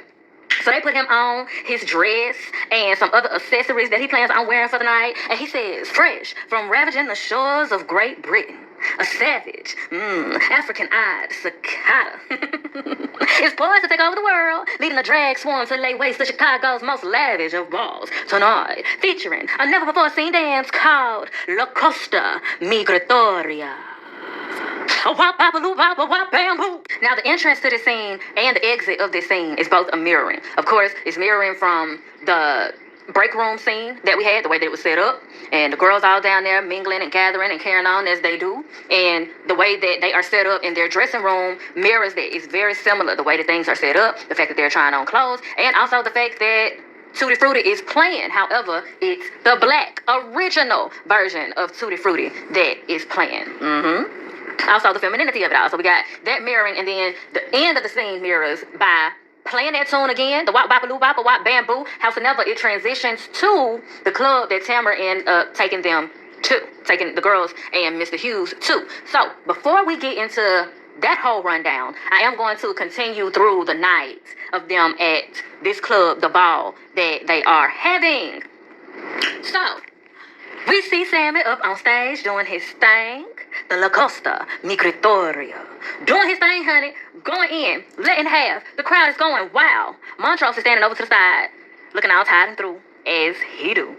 And it transitions from that, as Sammy walks on over to him to liven his spirit, take his hands, lead him on out, and they begin a slow dance to this very fast upbeat song, okay? But they have like a little slow dance, a little embrace, and then they speed up their pace and they dance. Sammy is, let him know it's okay. Do your thing. Let's have some fun, okay? It's a happy time. Everybody's safe here. You ain't got nothing to worry about. And one of the other girls comes on over and starts to dance with him. Everybody is just basically trying to let him know it's all good. We all family here. Ain't nothing for you to worry about. And this starts to bring him up out his shell. He put his hands out. He's spinning in a circle. We get a smile upon their face, and he is just taking it all in like he is in a dream. They come in and lift him up, carry him around, and glitter is falling all over his body. Baby, he has been swooned by the night. And he grabs a hold of Sammy and swoons surrounds him, and they start to have a very delightful, deep kiss in the middle of the floor. And baby, that solidifies Montrose has come on up out the closet, honey. At least in this instant. I feel like that was him coming on about the closet overall. Of course, ain't nobody's business. It ain't nobody's business. Where it ain't their business. But this shows him officially experiencing some sort of comfortability in himself, who he is, his identity, and his sexuality. And his relationship with Sammy, period, honey, because they were just asking, have y'all even kissed yet? Y'all even da-da-da-da-da? Mm-hmm. And see, the way that he had sex with him before was him kind of like, it was showing that he also wasn't comfortable in his sexuality yet. He wasn't, doing it all how he could have and should have been doing it. Now, I'm sure he'll be a lot more tender with your boy, and we love to see it. Now, we transition to the club that Tamara took the girls and Mr. Hughes to. And they in the booth, taking shots. Tamara looked like she is throwing them back so that she can deal with they motherfucking asses.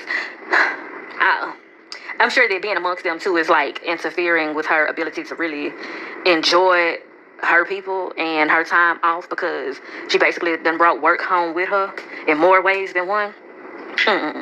But the blonde haired white girl talking about, come on, Tam, show us how to do the funny hot mumbo. Whatever that is. And the rest of the girls catch the flash and go ahead and get up to dance. Mr. Hughes asks for Ruby, aka Hillary's, hand to dance. And Ruby's like, no, I'm fine. And on one hand, she probably feels like, boy, you're being too handsy, too touchy, you're doing too much, I don't want you, boy. And then on another hand, she is annoyed because she can't really enjoy herself. Like, talking about, I feel like she's also in a similar position to Tamara, where it's like she done brought her work home. She can't just enjoy herself how she usually would do. And also, she can't be the life of the party in the show the way that she usually would. I also wonder if Ruby would have wanted to bring white people over to the South Side and show them a good time. But all in all, Ruby is used to being on the stage, singing, and basically kind of being very much so in control of the night that everybody has. Showing them a good time, just as much as she showed them a downtrodden time when she was depressed and down on her luck back against the wind, honey.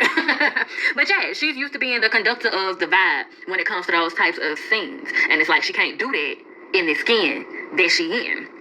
So that's also got her ass on her back throughout the night.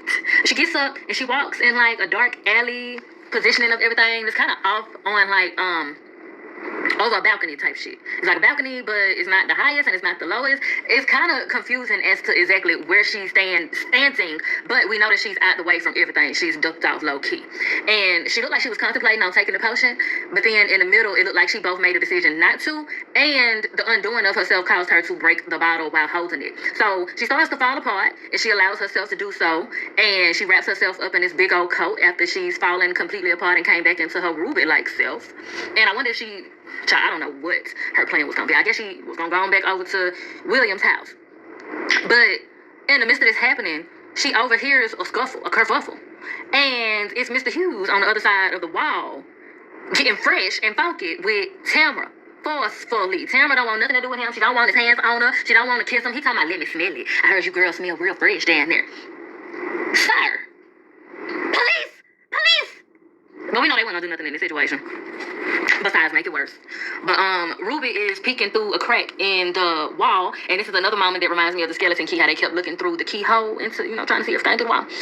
This also looks like a couple of different things. It also kind of looks like the opening of a vagina. But anywho, so she sees this going on, and Tamara manages to, it looked like she bit him in the lip as he was like trying to kiss on her and everything. She bit him in the lip and she ran off. And he calls her a racial slur, a very derogatory racial and sexist slur as she runs off. I'm not even going to repeat that. Okay? Until it gets to where Ruby says it. Then I'll give a rendition of it. But it's just, I don't even feel like I want that in my mouth, like talking about, okay? So yeah.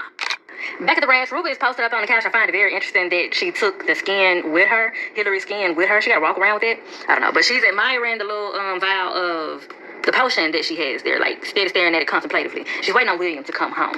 But who steps through the door is not William. It is Christina. Christina steps through the door. She said, like, you not William. And this throws her off guard, too, because Christina came in with the key. And Ruby said, what's in the basement? Because that's the only door to this house that locks. You got a key. And what's going on? Christina goes to sit next to Ruby. And She says, guess Ruby got interrupted again. Now, this is where Christina is having a slip up similar to what Ruby had earlier that day when she was talking to Tamara about her applying to the job on a whim. But Ruby don't catch it. She just like, he told you about that? Ugh. And Christina said, look, I've been where you are. Disillusioned. Pissed. Okay? Disgusted by the world. Not built. Ruby cussed her out, says, please shut the fuck up. You can't relate to who I am. I spent enough time on your side knowing that the only thing you white bitches are disillusioned with is yourselves. Woo. Woo. Christina says you're right. We want to be you and you want to be us. But you misunderstood William's invitation. It wasn't to be white. It was to do whatever the fuck you want. That's the currency of magic. Unmitigated freedom. And she picks up the potion and she looks at her and says, so who are you? Uninterrupted. Another mirroring, honey. Another mirroring. And we will tap into the mirroring of Christina and Ruby, even though, it's a bit of it going on here. But we will talk more about that in a future episode because it'll be better unpacked in another episode where they have a deep face-off conversation. However, a part of it here is simply stated as to when Christina says, you want to be us and we want to be you. And again, we'll go deeper into that and the multitude of other things that taps into their mirroring in, I believe that's episode 8. So yeah, when Christina asks her, who is she? Uninterrupted. Baby, this is another mirroring. And that is also another mirroring because William asked her the same question at the beginning of this episode. And if I'm not mistaken, that led us back to Marshall Fields when he asked the same questions too. But after she asks Ruby this, transitions back to Marshall Fields, where Ruby is back there, back in that office, to do whatever the fuck she wants to do in the style of magic, okay? So it starts off with her basically quitting the job, telling Mr. Hughes that she wants to quit, as Mr. Hughes was prepared to tell her that he wanted to fire Tamara because he feels like she's just not measuring up. Really, this is some sexual harassment, sexual misconduct ass shit where you done tried to fuck on this girl. She didn't give you what she wanted, and so now you want to fire her. But Ruby goes on to basically tell him that she want to quit because she got a crush on him and she don't feel like it would be professional and ethical for her to make moves on him while working there. So he like, oh, okay, baby, that's okay. I mean, it's going to be sad to see you go, but damn, girl, what is all this? Because she started laying it on thick. Just take his tie off, wrap it around his neck, tell him to drop them drawers. Mr. Postman starts leading him on over to the chair, makes him get on his knees. She take her panties off and stuff them in his mouth. She said, that smells sweet enough for you. Then she kicks him down. So he thinking this is just some kinky BDSM type shit going on.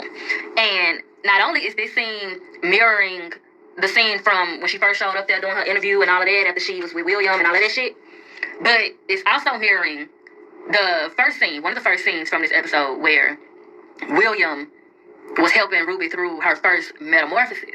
There's a television, and I don't have a picture here, but there's a television in the room that we see, and it's shot in the same styling, on down to when Ruby finally gets him on the floor, and while Ruby was laid on her back at the beginning, she has him laying on his stomach. William had a knife to undo Ruby out of Hillary's body, but Ruby has a stiletto. Or it might be a pump or whatever, but it's a high heel shoe, and the song Money is also playing again. So it's a lot of mirroring going on here. Okay?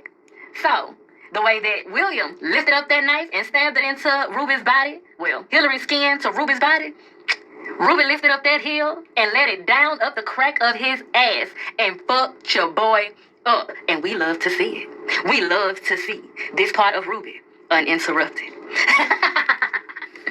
And again, another mirroring. Because as William was undoing Ruby at the very beginning, Ruby starts to become undone as she is undoing Mr. Hughes. And boy, it is a pleasurable, cool-ass, fire-ass sight to see. And by the time she's done, she got this look on her face and we know he is bleeding, but she's also done bled and fleshed out all over him. And then she turns him over and says, I just wanted you to see that it was a child. I cannot say it. I gotta come up with a replacement word. Okay, I got it. She says, I just wanted you to see that it was a trigger biatch that did this to you. Now that's my clean version because I don't like that phrase, that word that he said. Now we can say nigga and we can say bitch, but we're not gonna say them together. I don't like how that feels coming out of my mouth and going through my body. I don't like it. So I had to come up with a replacement word. All right, but I love to hear the way that Ruby flipped that script and mirrored the whole situation, okay? So, yeah, that's one of my favorite scenes out the whole damn season, out the whole damn series, you know what I'm saying? They did that shit. Whoever thought of that? They need royalties on royalties on royalties for that, okay? Like, for real. The biggest royal package ever. They need it. Because also, as she stepped up out of there and the Cardi B song is going, these is blood issues. Oh, yeah, my bad, child, because I said money. Money was playing when she first went there for the job interview. But it's still a Cardi B song. That's what I meant to say. It's another Cardi B song. This is Bodak Yellow. These is bloody shoes. And as she's stepping out the door with the blood on her shoes, they playing their part. These is bloody shoes. Fuck them up, queen. Now, the next scene is mirrored in the way where Ruby was in the tub at the beginning and William walks in. Well, in this scene, Letty is in the tub and Tick walks in. Instead of sitting behind her, he sits on the side of her. And they kind of sit in silence for a little bit. We can tell that, you know, people's nerves is on edge, as they should and would be. And Tick finally asks her if she okay. And Liz says, I've been trying to say a prayer for Yahima. And she transitions into saying her mama's faith was real. That's why she drags her and Ruby to church every Sunday. But it never made her a true believer. So apparently that's something that Letty has been questioning for a while. Questioning her faith. Questioning faith. And specifically whether or not her mama's faith was real and what all of that meant to her. And this experience has allowed her to come into her own with it and realize her faith was real and what the reality of that is for her. And she's reflective in a way that she says, you know, she could just perform the part, but she didn't even know what it was that she was searching for. And coming back to this, it's like she's seen so much bad and she's trying to find something good. And Tick's like, well, yeah, I know I contributed to a lot of that bad, but I've been trying to bring some good too. I like that accountability and acknowledgement, Mr. Sir. And Letty, you know, kind of takes the conversation to another thing, and she like, well, you know, I thought we had something good going too until you was trying to run off to Florida, Mr. Man. Mr. Flighty man. He's contemplative about this, and he like, look, there was a girl when I was over in Korea, and it ended in a strange way. Okay, baby. She said, well, did you love her? He said, I don't know if what I had for Gia was love. I never had any good examples of love growing up. My parents' love was enduring but unknowable. And honey, now he knows why. And Letty says growing up, she felt like love wasn't special. Her mama fell in love every 5 seconds. And she said Ruby was just like a baby. Well, that lets us know a whole lot. That lets us know a whole lot. One, about Ruby has been projecting, okay? We've seen her projecting, but now we kind of know what the roots of that projecting is. Because she also projects on Letty as if Letty is just like their mama. And Letty may have ways like their mama. But that's a way that Ruby distracts from the ways that she is like their mama. In certain negative ways that she is like their mama. In the way that she falls in love every 5 minutes. And it seems to lead her into very questionable circumstances. And so Letty goes on to say that it made her not want to be with a man unless it meant something. So that makes sense as to how she managed to stay a virgin for so long also. And that lets us know that, and lets Tick know that, honey, I felt like you was special, okay? I gave you that part of me because I felt like you was special. And here it comes, every time I turn around, you was trying to run off, treating me bad, being mean and shit, doing all that crazy shit. Boy. And he leans in. And it's kind of silent for another moment. And he said, look, I'm not confused at all about any of that no more. And she seems kind of satisfied by that, still questioning, but satisfied by that. He kisses her hand, and they have a little embrace. And then we transition to the next scene. So that was to solidify their bond and for them to get a keen understanding of what it is and what it's going to be.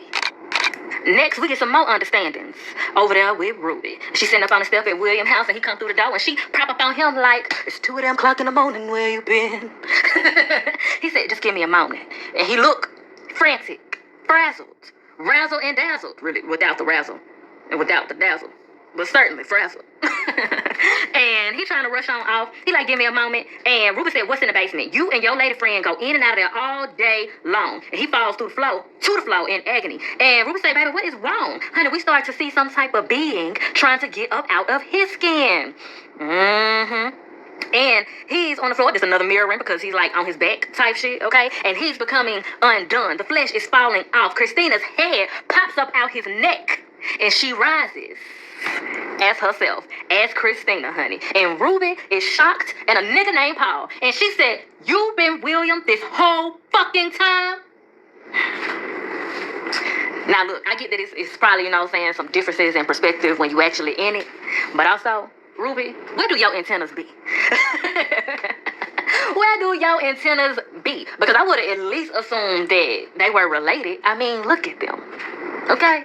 But, and then the things that was, like, you weren't putting together the mirroring of the situation. You weren't seeing how she was getting caught up and he was getting caught up the same ways that you was getting caught up when you was being somebody else that you really wasn't.